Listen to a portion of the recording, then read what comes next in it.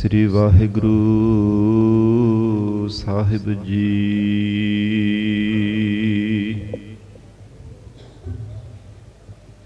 ਇੱਕ ਓੰਕਾਰ ਸਤਿਨਾਮ ਕਰਤਾ ਪੁਰਖ ਨਿਰਭਉ ਨਿਰਵੈਰ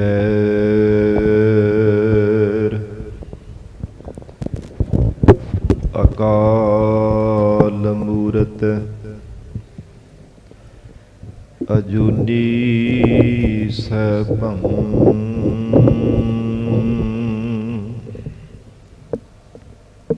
ਗੁਰ ਪ੍ਰਸਾਦ ਜਪ ਆਦਿ ਸਚ ਜੁਗਾਦਿ ਸਚ ਹੈ ਭੀ ਸਚ ਨਾਨਕ ਹੋਸੀ ਭੀ ਸਚ।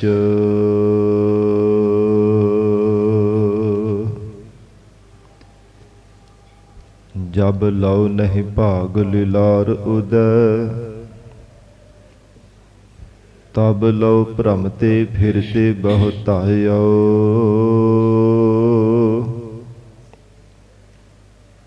ਕਲ ਘੋਰ ਸਮੁਦਰ ਮੈਂ ਬੂਡਤ ਥੇ ਕਬਹੂ ਮਿਟ ਹੈ ਨਹੀਂ ਰੇ ਪਛਤਾਇਓ।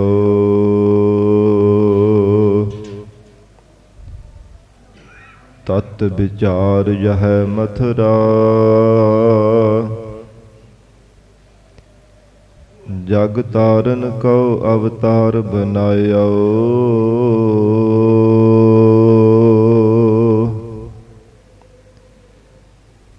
ਜਪਿਓ ਜਿਨ ਅਰਜਨ ਦੇਵ ਗੁਰੂ ਫਿਰ ਸੰਕਟ ਜੋਨ ਗਰਭ ਨ ਆਇਓ।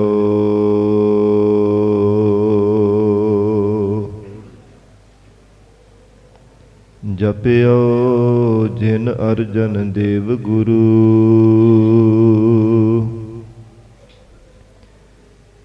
ਫਿਰ ਸੰਕਟ ਜੋਨ ਗਰਭ ਨ ਆਇਓ। हे प्राणनाथ गोबिंद है कृपा निधान जगत गुरु।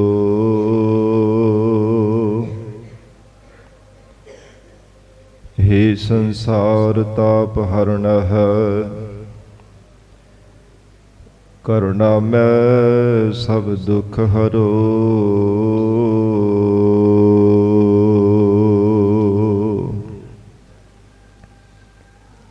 हे शरण जोग दयाल है दीनानाथ मया करो।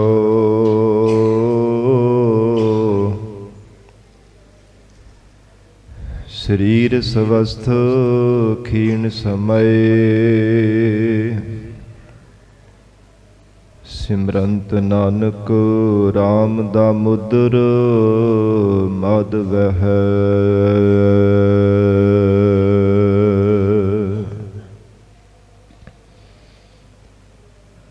मत सुमत तेरे वस स्वामी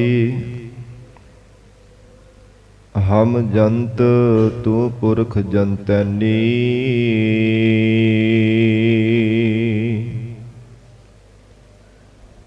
जन नानक के प्रभ करते स्वामी जो भावै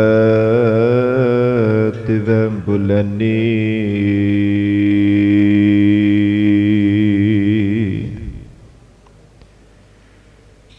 जन नानक के प्रभ करते स्वामी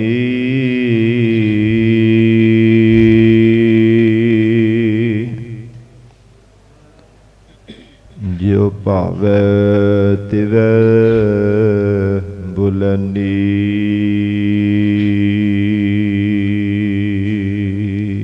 ਸਤਨਾਮ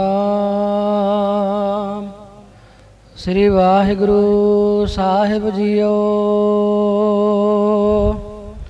ਜੈਤ ਸਰੀ ਮਹੱਲਾ ਪੰਜਵਾ। ਬਾਰ ਸਲੋਕਾਂ ਨਾਲ। ਇੱਕ ਓੰਕਾਰ ਸਤਿਗੁਰ ਪ੍ਰਸਾਦ।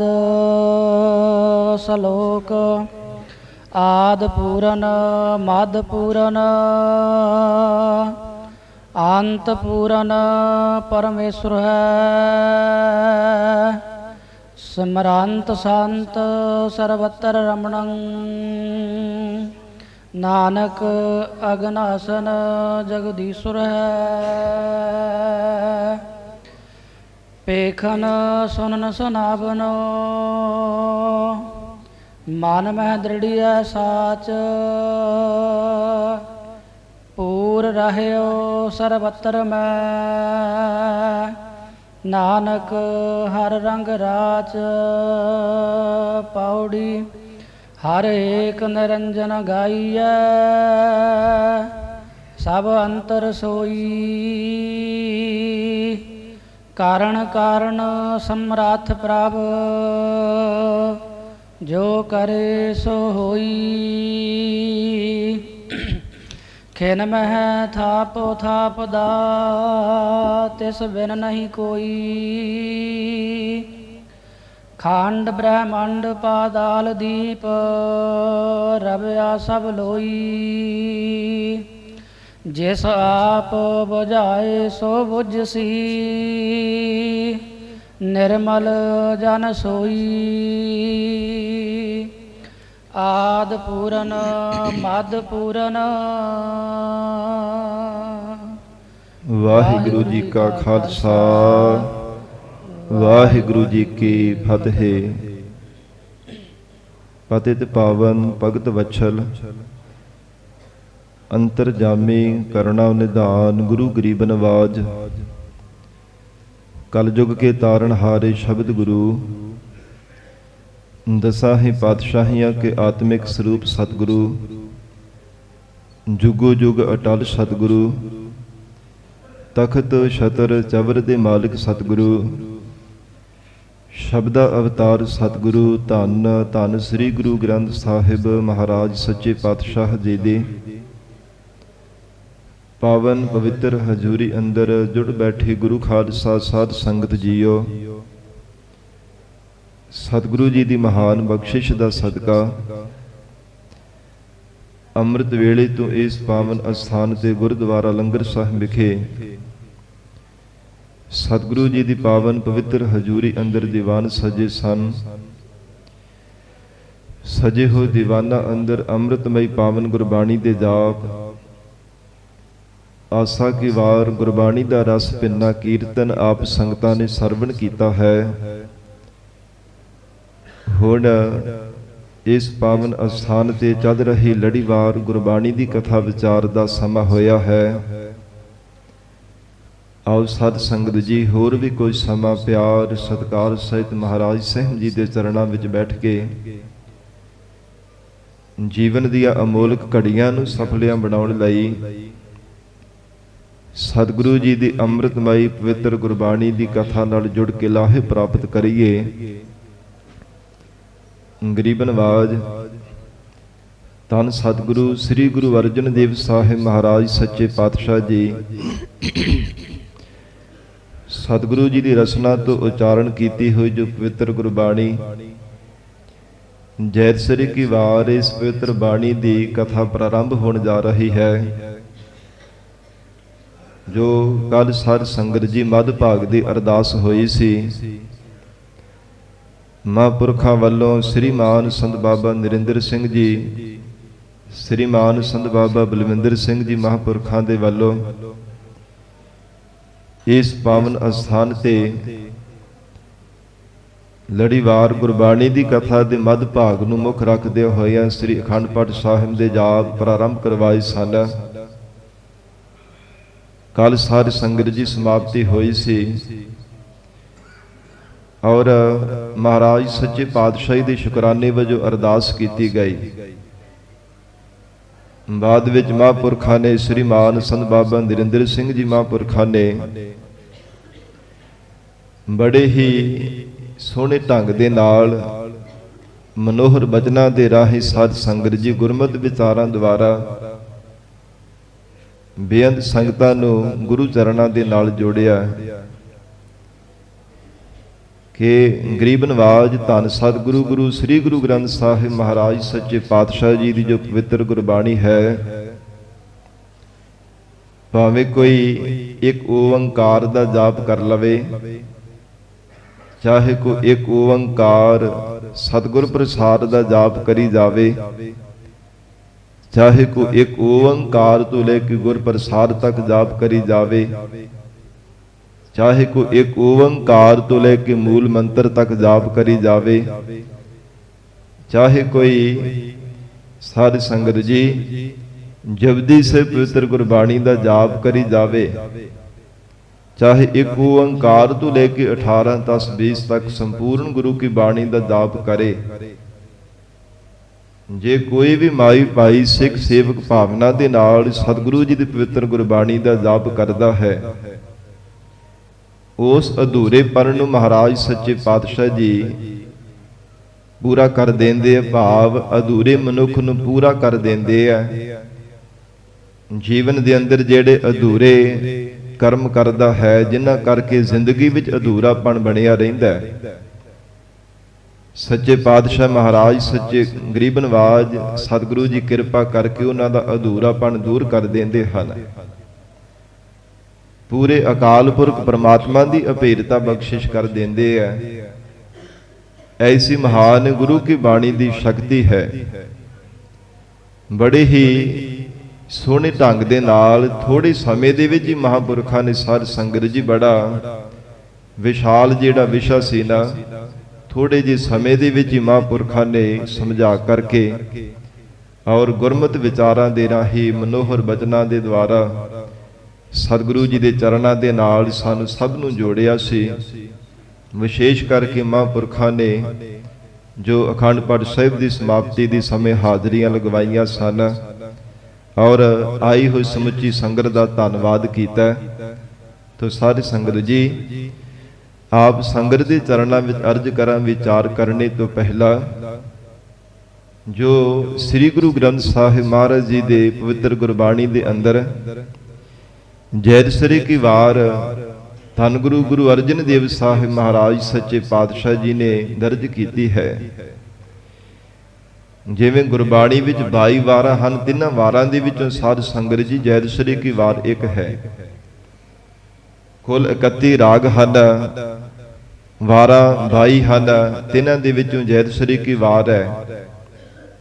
ਔਰ ਇਸ ਵਾਰ ਦਾ ਸਾਧ ਸੰਗਤ ਜੀ ਜੋ ਜਾਪ ਹੈ, ਜਦੋਂ ਪ੍ਰਾਣੀ ਮ੍ਰਿਤਕ ਹੋ ਜਾਂਦਾ, ਚੜ੍ਹਾਈ ਕਰ ਜਾਂਦਾ ਹੈ, ਪੰਜ ਭੌਤਿਕ ਸਰੀਰ ਨੂੰ ਤਿਆਗ ਦਿੰਦਾ ਹੈ, ਗੁਰੂ ਘਰ ਦੀ ਮਰਜ਼ਾਦਾ ਹੈ, ਵਿਸ਼ੇਸ਼ ਕਰਕੇ ਇਸ ਬਾਣੀ ਦਾ ਜਾਪ ਕੀਤਾ ਜਾਂਦਾ ਹੈ।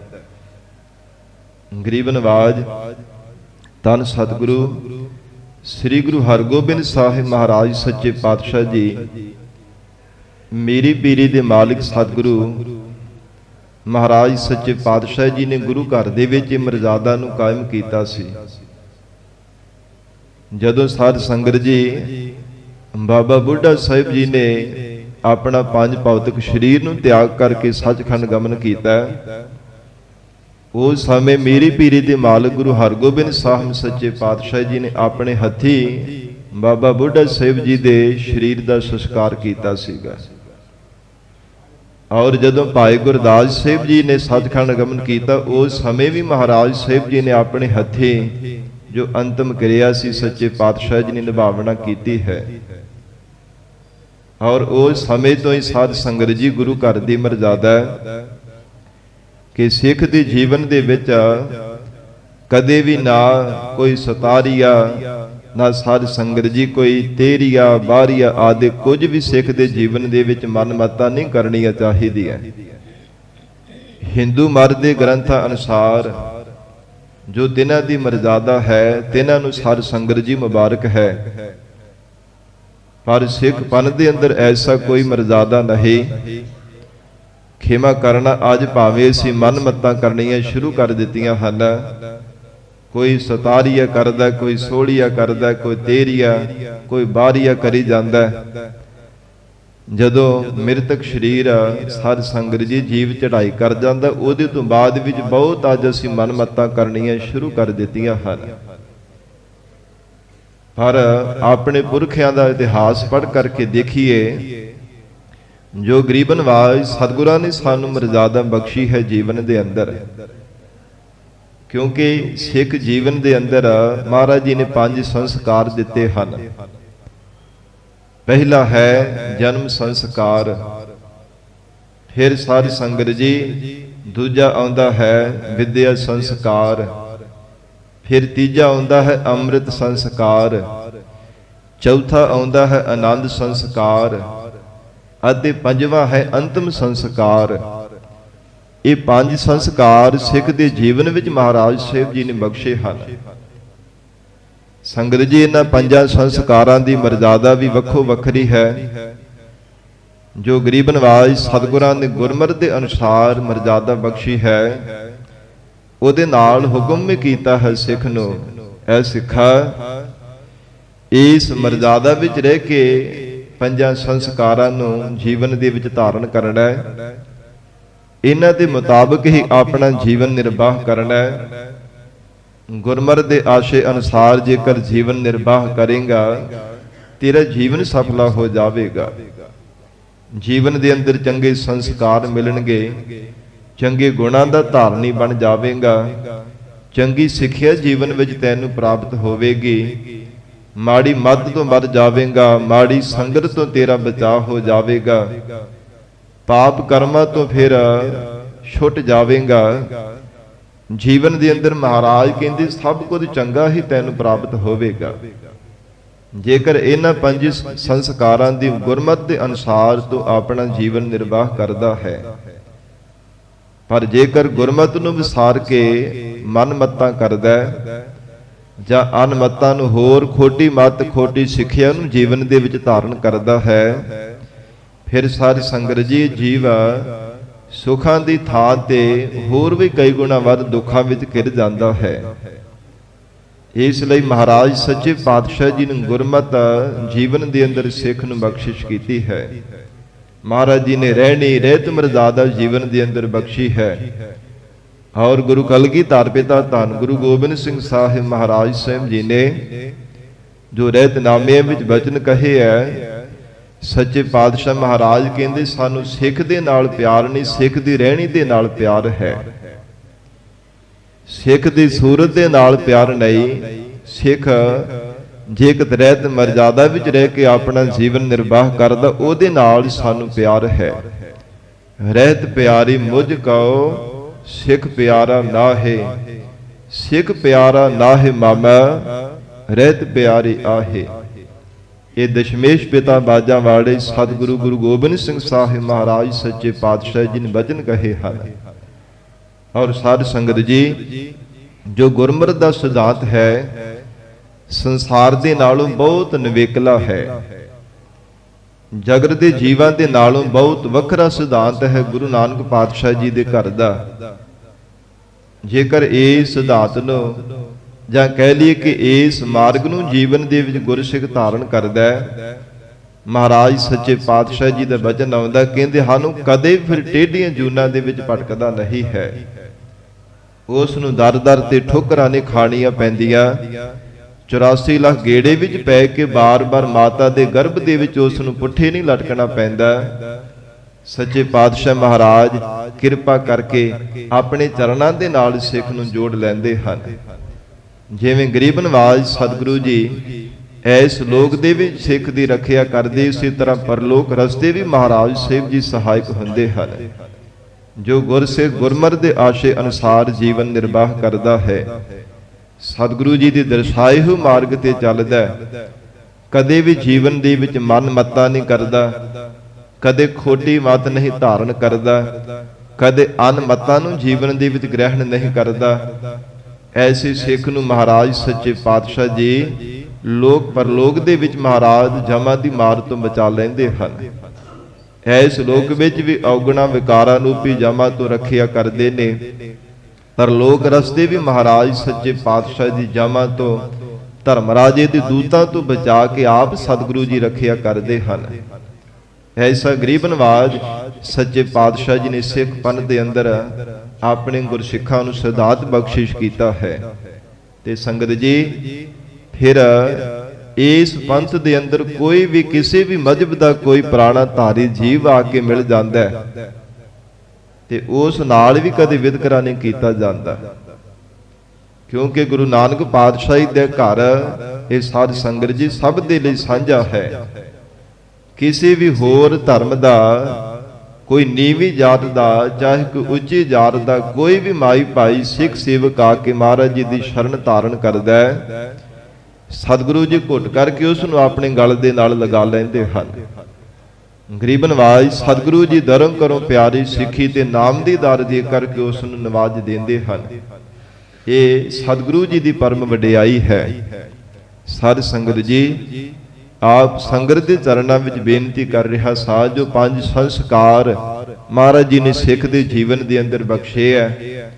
ਸਾਧ ਸੰਗਤ ਜੀ, ਜਿਹੜਾ ਅੰਤਮ ਸੰਸਕਾਰ ਹੈ, ਭਾਵ ਜਦੋਂ ਜੀਵ ਚੜ੍ਹਾਈ ਕਰ ਜਾਂਦਾ, 5 ਭੌਤਿਕ ਸਰੀਰ ਨੂੰ ਤਿਆਗ ਦਿੰਦਾ ਹੈ, ਤੇ ਉਸ ਸਮੇਂ ਦੀ ਵੀ ਮਰਜ਼ਾਦਾ ਸਾਧ ਸੰਗਤ ਜੀ ਲਿਖੀ ਹੋਈ ਹੈ ਕਿ ਜਦੋਂ ਸਰੀਰ ਪਿਆ ਹੋਇਆ ਮ੍ਰਿਤਕ ਸਰੀਰ ਹੈ, ਉਹਦੇ ਕੋਲ ਕਹਿੰਦੇ ਕਿ ਰੋਣਾ ਨਹੀਂ ਚਾਹੀਦਾ, ਪਿੱਟਣਾ, ਸਿਆਪੇ ਨਹੀਂ ਕਰਨੇ ਚਾਹੀਦੇ, ਗੁਰੂ ਕੀ ਬਾਣੀ ਦਾ ਜਾਪ ਕਰਨਾ ਚਾਹੀਦਾ, ਮਹਾਰਾਜ ਜੀ ਦੀ ਪਵਿੱਤਰ ਗੁਰਬਾਣੀ ਦਾ ਜਾਪ ਜਾਂ ਗੁਰੂ ਕੀ ਬਾਣੀ ਦਾ ਕੀਰਤਨ ਕਰਨਾ ਚਾਹੀਦਾ।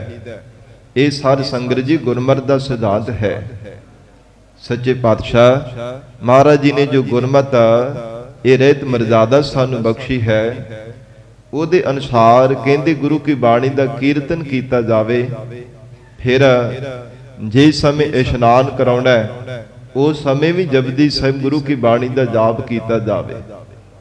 ਸਾਧ ਸੰਗਤ ਜੀ, ਜਿਹੜੇ ਰਹਿਤਵਾਨ ਗੁਰਸਿੱਖ ਹਨ, ਉਹ ਸਰੀਰ ਦਾ ਸੰਸਕਾਰ ਜੇ ਕਰਨ ਦੇ ਵਾਸਤੇ ਸਾਰੀ ਤਿਆਰੀ ਕੀਤੀ ਜਾਂਦੀ ਹੈ। ਜਿਵੇਂ ਪਹਿਲਾਂ ਜਿਉਂਦੇ ਹੋਏ ਸਾਧ ਸੰਗਤ ਜੀ ਕੱਪੜੇ ਪਹਿਨਾਏ ਜਾਂਦੇ ਆ ਨਾ, ਇਸੇ ਤਰ੍ਹਾਂ ਹੀ ਮਰਨ ਤੋਂ ਬਾਅਦ ਵਿੱਚ ਵੀ ਸਾਧ ਸੰਗਤ ਪੂਰੇ ਕੱਪੜੇ ਪਾਉਣੇ ਚਾਹੀਦੇ ਆ। ਜਦੋਂ ਇਸ਼ਨਾਨ ਕਰਾ ਕੇ ਤੇ ਸੰਸਕਾਰ ਕਰਨ ਦੇ ਵੱਲ ਲੈ ਕਰਕੇ ਜਾਣ ਦੇ ਵਾਸਤੇ ਤਿਆਰਾ ਕੀਤਾ ਜਾਂਦਾ ਹੈ, ਉਸ ਸਮੇਂ ਵੀ ਸਾਧ ਸੰਗਤ ਜੀ ਕੱਪੜਾ ਪੂਰਾ ਹੀ ਧਾਰਨ ਕਰਨਾ ਚਾਹੀਦਾ। ਜੇ ਕੋਈ ਬਾਣਾ ਪਾਉਂਦਾ ਤੇ ਉਸ ਨੂੰ ਬਾਣਾ ਹੀ ਪਹਿਨਾਉਣਾ ਚਾਹੀਦਾ। ਔਰ ਇੱਕ ਕਸ਼ਹਿਰਾ ਜੋ ਹੈ ਕਮਰ ਕੱਸਿਆ ਉਹਦਾ ਕਰ ਦੇਣਾ ਚਾਹੀਦਾ। ਇਹ ਗੁਰਮਤਿ ਦਾ ਅਸੂਲ ਹੈ। ਨਹੀਂ ਤਾਂ ਜਿਹੜੇ ਲੋਕ ਮਨਮਤਾਂ ਕਰਦੇ ਆ ਸੰਗਤ ਜੀ, ਉਹ ਪੂਰਾ ਕੱਪੜੇ ਦੀ ਥਾਂ ਤੇ ਖਫਣ ਬਣਾ ਕਰਕੇ ਨਾ ਉਸੇ ਤਰ੍ਹਾਂ ਉਹਦੇ ਉੱਪਰ ਪਹਿਨਾ ਦਿੰਦੇ ਆ ਕਿ ਇਹ ਤਾਂ ਹੁਣ ਮਰ ਗਿਆ, ਇਹ ਕਿਹੜਾ ਜਿਉਂਦਾ ਹੀ ਹੈ। ਪਰ ਗੁਰੂ ਨਾਨਕ ਪਾਤਸ਼ਾਹ ਦੇ ਘਰ ਦੀ ਜੋ ਮਰਜ਼ਾਦਾ ਹੈ, ਸਾਧ ਸੰਗਤ ਜੀ ਕੱਪੜਾ ਪੂਰਾ ਹੀ ਪਹਿਨਾਉਣਾ ਚਾਹੀਦਾ। ਫਿਰ ਜਦੋਂ ਵਿਵਾਨ ਤਿਆਰ ਕਰਕੇ ਸ਼ਮਸ਼ਾਨ ਘਰ ਦੇ ਵੱਲ ਲੈ ਕੇ ਜਾਣਾ, ਉਸ ਸਮੇਂ ਗੁਰਬਾਣੀ ਦਾ ਕੀਰਤਨ ਕਰਦਿਆਂ ਹੋਇਆ ਗੁਰਸਿੱਖ ਅੱਗੇ ਹੋ ਕਰਕੇ ਸਰਾਣੇ ਵਾਲੇ ਪਾਸੇ, ਭਾਵ ਸਿਰ ਵਾਲਾ ਪਾਸਾ ਅੱਗੇ ਕੀਤਾ ਜਾਂਦਾ ਤੇ ਪੈਰਾਂ ਵਾਲਾ ਪਾਸਾ ਪਿਛਲੇ ਪਾਸੇ ਕੀਤਾ ਜਾਂਦਾ। ਕਈ ਇਸ ਗੱਲ ਤੇ ਵੀ ਮਨਮਤਾਂ ਕਰਦੇ, ਪੈਰ ਵਾਲਾ ਪਾਸਾ ਅੱਗੇ ਕਰ ਦਿੰਦੇ ਤੇ ਸਰਾਣਾ ਪਿੱਛੇ ਕਰ ਦਿੰਦੇ ਆ। ਪਰ ਇਹਦੇ ਨਾਲ ਗੁਰੂ ਕੀ ਬਾਣੀ ਦਾ, ਰਾਗੀ ਸਿੰਘਾਂ ਦਾ, ਸਾਧ ਸੰਗਤ ਜੀ ਗੁਰਬਾਣੀ ਦਾ ਨਿਰਾਦਰ ਹੁੰਦਾ ਹੈ। ਗੁਰਬਾਣੀ ਦਾ ਸਤਿਕਾਰ ਕਰਨ ਦੇ ਲਈ ਸਰਾਣੇ ਵਾਲੇ ਪਾਸੇ ਹੋ ਕਰਕੇ ਰਾਗੀ ਸਿੰਘ ਗੁਰਬਾਣੀ ਦਾ ਕੀਰਤਨ ਕਰਦੇ ਜਾਂ ਉੱਚੀ ਆਵਾਜ਼ ਦੇ ਵਿੱਚ ਗੁਰਬਾਣੀ ਪੜ੍ਹਦੇ ਹੋ ਲੈ ਕੇ ਜਾ ਰਹੇ ਹੁੰਦੇ ਆ। ਫਿਰ ਰਸਤੇ ਦੇ ਵਿੱਚ ਜਦੋਂ ਗੁਰੂ ਘਰ ਆਉਂਦਾ ਤੇ ਕਈ ਵਾਰ ਉੱਥੇ ਵੀ ਸਾਧ ਸੰਗਤ ਜੀ ਚੱਪਣੀਆਂ ਭੰਨੀਆਂ ਜਾਂਦੀਆਂ। ਕਈ ਵਾਰ ਚੁਰਾਹਾ ਕੋਈ ਰਸਤਾ ਆ ਜਾਂਦਾ, ਮਿੱਥੇ ਹੋਏ ਥਾਂ ਤੇ ਜਾ ਕੇ ਚੱਪਣੀਆਂ ਭੰਨੀਆਂ ਜਾਂਦੀਆਂ ਨੇ। ਪਰ ਸਾਧ ਸੰਗਤ ਜੀ ਸਭ ਮਨਮੱਤਾ ਹਨ। ਜੇ ਗੁਰੂ ਘਰ ਆਉਂਦਾ ਤੇ ਮਹਾਰਾਜ ਸੱਚੇ ਪਾਤਸ਼ਾਹੀ ਨੂੰ ਪ੍ਰਤੱਖ ਹਾਜ਼ਰ ਨਾਜ਼ਰ ਜਾਣ ਕਰਕੇ ਮ੍ਰਿਤਕ ਪ੍ਰਾਣੀ ਦਾ ਜੋ ਸਾਧ ਸੰਗਤ ਜੀ ਸਰੀਰ ਹੈ, ਸਰਾਣੇ ਵਾਲਾ ਪਾਸੇ ਗੁਰੂ ਘਰ ਦੇ ਦਰਵਾਜ਼ੇ ਵੱਲ ਨੂੰ ਕਰਕੇ ਫਿਰ ਉੱਥੇ ਗ੍ਰੰਥੀ ਸਿੰਘ ਅਰਦਾਸ ਕਰਦਾ ਹੈ ਮਹਾਰਾਜ ਸੱਚੇ ਪਾਤਸ਼ਾਹ ਜੀ ਦੇ ਚਰਨਾਂ ਦੇ ਵਿੱਚ। ਗਰੀਬ ਨਵਾਜ ਸਤਿਗੁਰੂ ਜੀ, ਇਹ ਮ੍ਰਿਤਕ ਸਰੀਰ ਮਹਾਰਾਜ ਸੱਚੇ ਪਾਤਸ਼ਾਹ ਜੀ ਲੈ ਕੇ ਜਾ ਰਹੇ ਹਾਂ। ਜਿੰਨੀ ਆਰਬਲਾ ਆਪਨੇ ਬਖਸ਼ੀ ਸੀ ਮਹਾਰਾਜ, ਉਹ ਆਰਬਲਾ ਨੂੰ ਭੋਗ ਕਰਕੇ ਇਹ ਚੜ੍ਹਾਈ ਕਰ ਗਿਆ ਹੈ। ਪੰਜ ਭੌਤਿਕ ਸਰੀਰ ਇਸ ਨੇ ਤਿਆਗ ਦਿੱਤਾ ਹੈ। ਸੱਚੇ ਪਾਤਸ਼ਾਹ ਜੀ ਆਪ ਨੇ ਕਿਰਪਾ ਕਰਕੇ ਸਹਾਇਕ ਹੋਣਾ। ਮਹਾਰਾਜ ਜੀਵਨ ਦੇ ਵਿੱਚ ਹੋਈਆਂ ਭੁੱਲਾਂ ਗਲਤੀਆਂ ਨੂੰ ਆਪ ਨੇ ਕਿਰਪਾ ਕਰਕੇ ਬਖਸ਼ ਲੈਣਾ, ਆਪਣੇ ਚਰਨਾਂ ਦੇ ਵਿੱਚ ਨਿਵਾਸ ਬਖਸ਼ਣਾ। ਵਜ਼ੀਰ ਸਿੰਘ ਅਰਦਾਸ ਕਰਕੇ ਤੇ ਫਿਰ ਉਸ ਸਮੇਂ ਵਿਬਾਨ ਚੱਕ ਕਰਕੇ ਸਾਧ ਸੰਗਤ ਜੀ ਪ੍ਰਾਣੀ ਦਾ ਸਰੀਰ ਲੈ ਕੇ ਜਾਂਦੇ ਹਨ। ਫਿਰ ਜਿੰਨਾ ਸਮਾਂ ਚਿਖਾ ਤਿਆਰ ਕੀਤੀ ਜਾਂਦੀ ਹੈ, ਚੰਡਾ ਪ੍ਰਚੰਡ ਕਰਨੇ ਤੋਂ ਪਹਿਲਾਂ ਸਾਧ ਸੰਗਤ ਜੀ ਉੱਥੇ ਗੁਰੂ ਕੀ ਬਾਣੀ ਦਾ ਕੀਰਤਨ ਕੀਤਾ ਜਾਂਦਾ ਹੈ।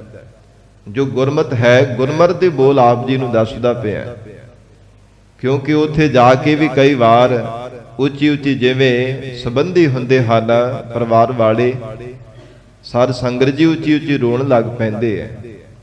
ਠੀਕ ਹੈ, ਜਿਹੜਾ ਜੀਵ ਚਲਾ ਗਿਆ ਉਹਨੇ ਵਾਪਸ ਨਹੀਂ ਆਉਣਾ।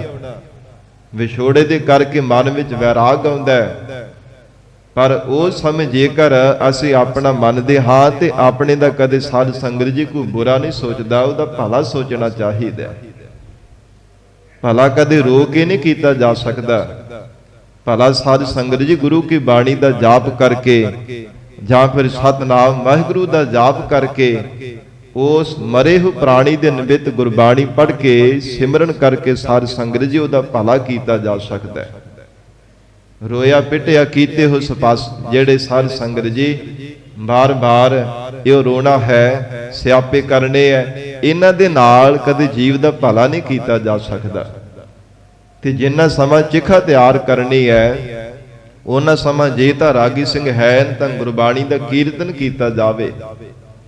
ਤੇ ਜੇ ਕੋਈ ਸਾਧ ਸੰਗਤ ਜੀ ਰਾਗੀ ਸਿੰਘ ਨਹੀਂ ਹਨ ਤਾਂ ਫਿਰ ਉਵੇਂ ਸਤਨਾਮ ਵਾਹਿਗੁਰੂ ਦਾ ਜਾਪ ਸਮੁੱਚੀ ਸੰਗਤ ਨੂੰ, ਜਿੰਨੇ ਸੰਬੰਧੀ ਇਕੱਤਰ ਹੋਏ ਹੁੰਦੇ, ਉਹਨਾਂ ਨੂੰ ਸਤਨਾਮ ਵਾਹਿਗੁਰੂ ਦਾ ਜਾਪ ਜਪਾਇਆ ਜਾਵੇ ਕਿ ਜਿਸ ਕਰਕੇ ਜੀਵ ਦਾ ਭਲਾ ਹੋ ਜਾਵੇ। ਤੇ ਜਦੋਂ ਚੰਡਾ ਪ੍ਰਚੰਡ ਕਰਨਾ ਉਸ ਸਮੇਂ ਅਰਦਾਸ ਕੀਤੀ ਜਾਂਦੀ ਹੈ। ਸਾਧ ਸੰਗਤ ਜੀ ਜਪਜੀ ਸਾਹਿਬ ਗੁਰਬਾਣੀ ਦਾ ਪਾਠ ਕੀਤਾ ਜਾਂਦਾ ਹੈ। ਅਰਦਾਸਾ ਸੋਧ ਕੇ ਫਿਰ ਚੰਡਾ ਪ੍ਰਚੰਡ ਕਰ ਦਿੱਤਾ ਜਾਂਦਾ ਹੈ।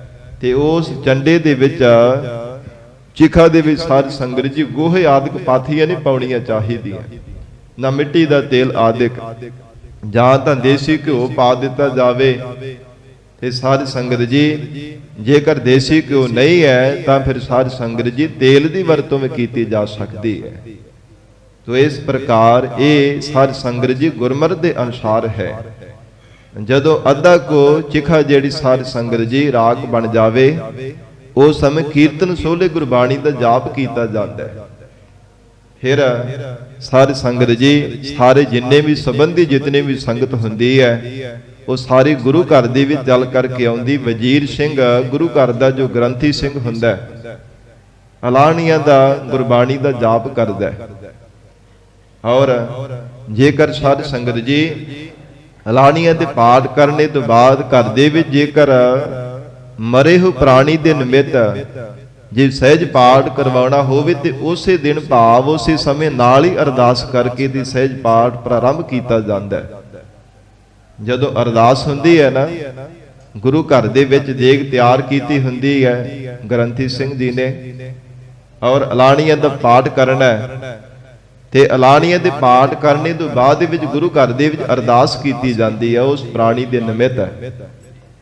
ਤੇ ਬਾਅਦ ਵਿੱਚ ਉਸ ਅਰਦਾਸ ਦੇ ਨਾਲ ਹੀ ਸਤਿਗੁਰੂ ਜੀ ਤੋਂ ਆਗਿਆ ਲੈ ਕਰਕੇ ਸਹਿਜ ਪਾਠ ਦੀ ਪ੍ਰਾਰੰਭਤਾ ਕਰ ਦਿੱਤੀ ਜਾਂਦੀ ਹੈ।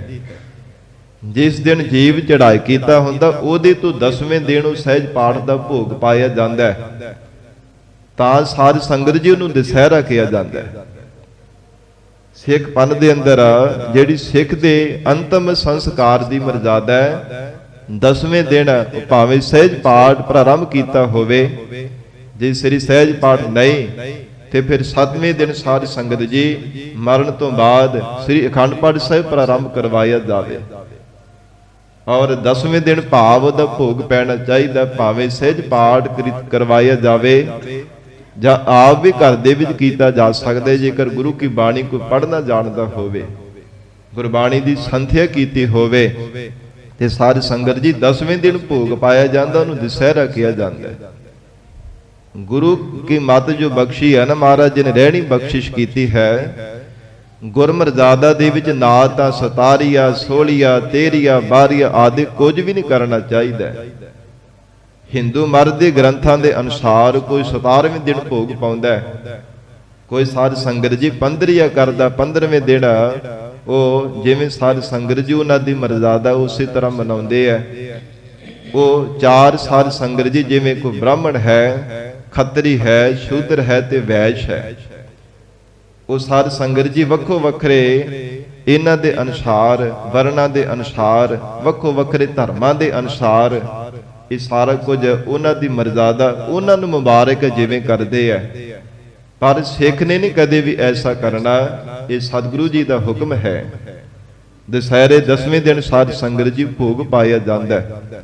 और ये जो पवित्र गुरबाणी है ना, धन सतगुरु गुरु अर्जन देव साहिब महाराज जी की रसना तो उच्चारण की हुई जैसरी की वार जो पवित्र गुरबाणी है, इस गुरबाणी की जो उथानका है विजय दत्त पंडित बहुत वड्डा उच्च कोटि का विद्वान सी। उसने धन गुरु अर्जन देव साहिब महाराज सच्चे पातशाह जी की बहुत महिमा सुनी सी लोगों के कोलों। साध संगत जी कांची विच रहन वाला ये पंडित श्री अमृतसर साहिब की पावन धरती ते आया, महाराज जी का जज सुनदा होया सतगुरां दे दीदार कीते। मंजी साहिब वाले पावन स्थान ते सतगुरु जी का पवित्र दीवान सजिया होया। बहुतात गिणती भी सिख संगतां दा भारी इकट्ठ है। सजे हो दीवान दे अंदर धन गुरु गुरु अर्जन देव साहिब महाराज सच्चे पातशाह जी नूं चंद्रमा की तरह चकोरा रूप होकर के संगतां एक टक निगाह बन करके सतगुरां दे दीदार परस रही है। महाराज जी के दर्शन करके संगतां निहाल हो रही है। और इस संगत दे विच विजय दत्त पंडित भी पहुंचा।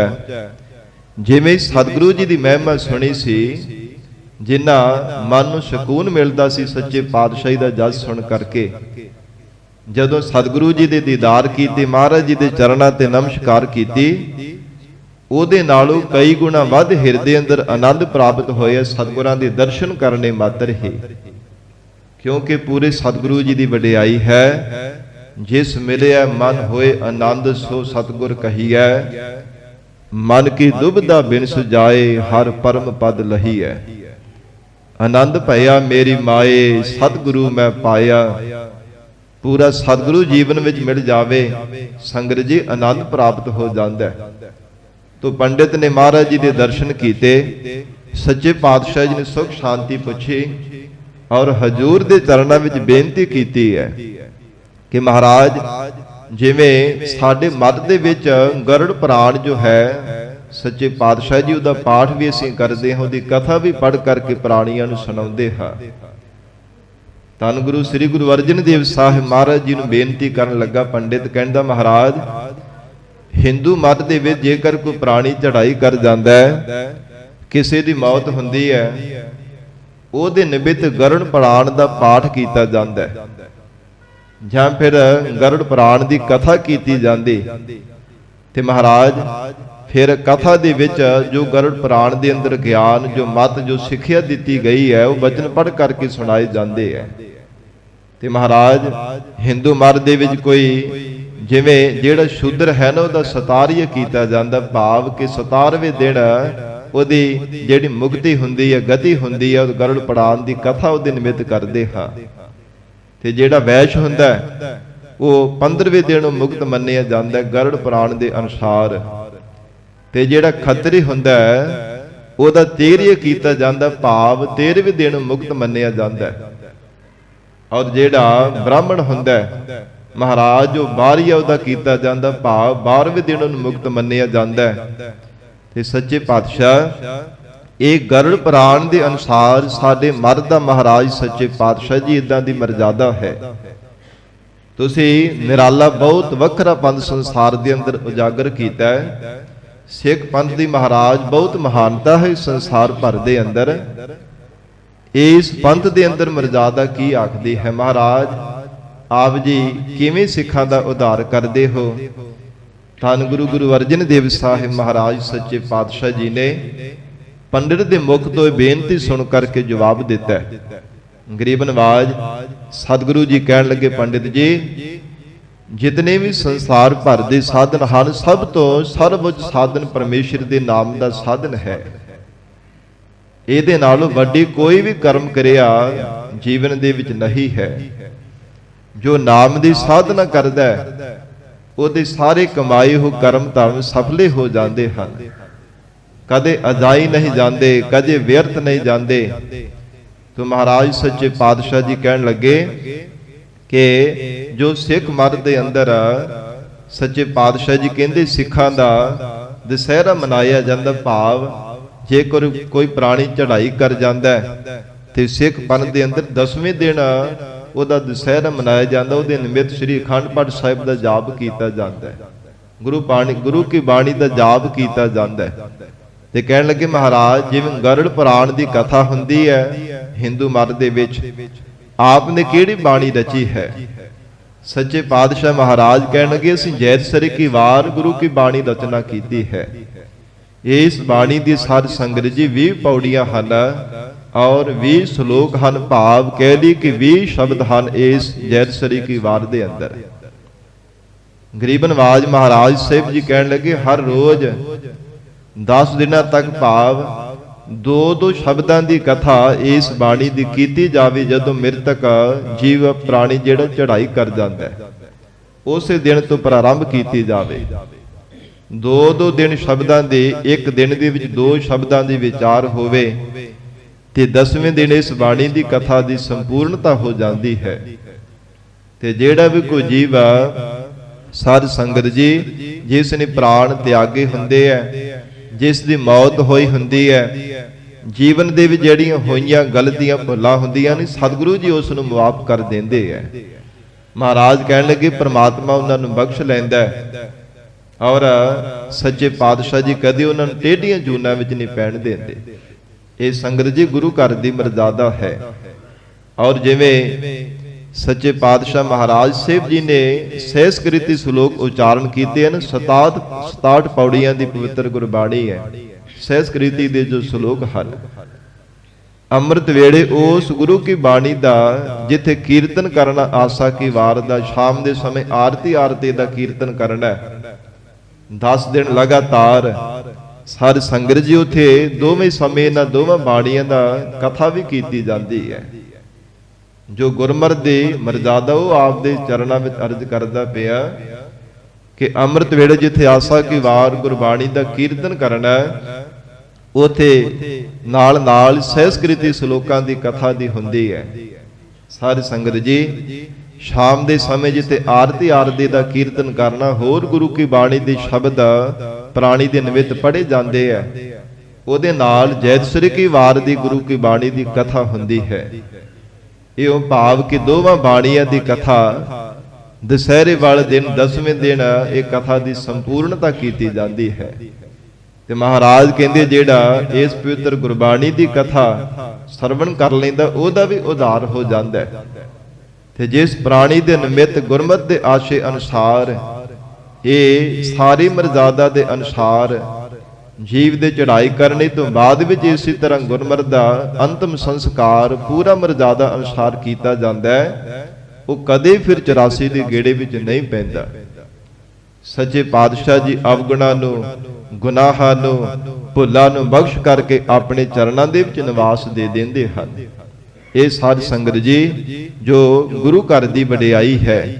ਤੋ ਮਹਾਰਾਜ ਧੰਨ ਗੁਰੂ ਅਰਜਨ ਦੇਵ ਸਾਹਿਬ ਪਾਤਸ਼ਾਹ ਜੀ ਨੇ ਜਿਵੇਂ ਇਹ ਜੈਤਸਰੀ ਕੀ ਵਾਰ ਉਚਾਰਨ ਕਰਕੇ ਉਪਦੇਸ਼ ਦਿੱਤਾ ਹੈ, ਮਹਾਰਾਜ ਸਾਹਿਬ ਜੀ ਨੇ ਪਹਿਲਾਂ ਪ੍ਰਮਾਤਮਾ ਦਾ ਨਿਰਦੇਸ਼ਕ ਮੰਗਲ ਕੀਤਾ ਹੈ, ਫਿਰ ਅਕਾਲ ਪੁਰਖ ਵਾਹਿਗੁਰੂ ਪ੍ਰਮਾਤਮਾ ਜੀ ਦੀ ਪਰਮ ਵਡਿਆਈ ਉਚਾਰਨ ਕੀਤੀ ਹੈ। ਸੱਚੇ ਪਾਤਸ਼ਾਹ ਜੀ ਜਿਵੇਂ ਉਪਦੇਸ਼ ਦੇ ਰਹੇ ਹਨ, ਸੰਗਤ ਜੀ ਪਿਆਰ ਦੇ ਨਾਲ ਬੈਠ ਕੇ ਸਰਵਣ ਕਰੀਏ। ਸਾਰੀ ਸੰਗਤ ਪਿਆਰ ਦੇ ਨਾਲ ਇੱਕ ਵਾਰ ਸ੍ਰੀ ਗੁਰੂ ਗ੍ਰੰਥ ਸਾਹਿਬ ਮਹਾਰਾਜ ਜੀ ਨੂੰ ਸੀਸ ਝੁਕਾ ਕੇ ਰਸਨਾ ਤੋਂ ਉਚਾਰਨ ਕਰੋ ਰਸਨਾ ਪਵਿੱਤਰ। ਸਤਨਾਮ ਸ੍ਰੀ ਵਾਹਿਗੁਰੂ ਸਾਹਿਬ ਜੀ। ਜੈ ਜੈਤ ਸਰੀ ਮਹੱਲਾ ਪੰਜਵਾ ਬਾਰ ਸ਼ਲੋਕਾਂ ਨਾਲ। ਜੈਤਸਰੀ ਰਾਗ ਹੈ ਸ਼ਹੀਦਾਂ ਦੇ ਸਿਰਤਾਜ ਸ਼ਾਂਤੀ ਦੇ ਪੁੰਜ ਸਤਿਗੁਰੂ ਸ੍ਰੀ ਗੁਰੂ ਅਰਜਨ ਦੇਵ ਸਾਹਿਬ ਜੀ ਮਹਾਰਾਜ ਵਾਰ ਉਚਾਰਨ ਕਰ ਰਹੇ ਹਨ। ਵਾਰ ਸ਼ਲੋਕਾਂ ਨਾਲ, ਸ਼ਲੋਕਾਂ ਦੀ ਸਹਿਤ ਮਹਾਰਾਜ ਸਾਹਿਬ ਜੀ ਨੇ ਵਾਰ ਭਾਵ ਜੋ ਪੌੜੀਆਂ ਨੂੰ ਉਚਾਰਨ ਕੀਤਾ ਹੈ।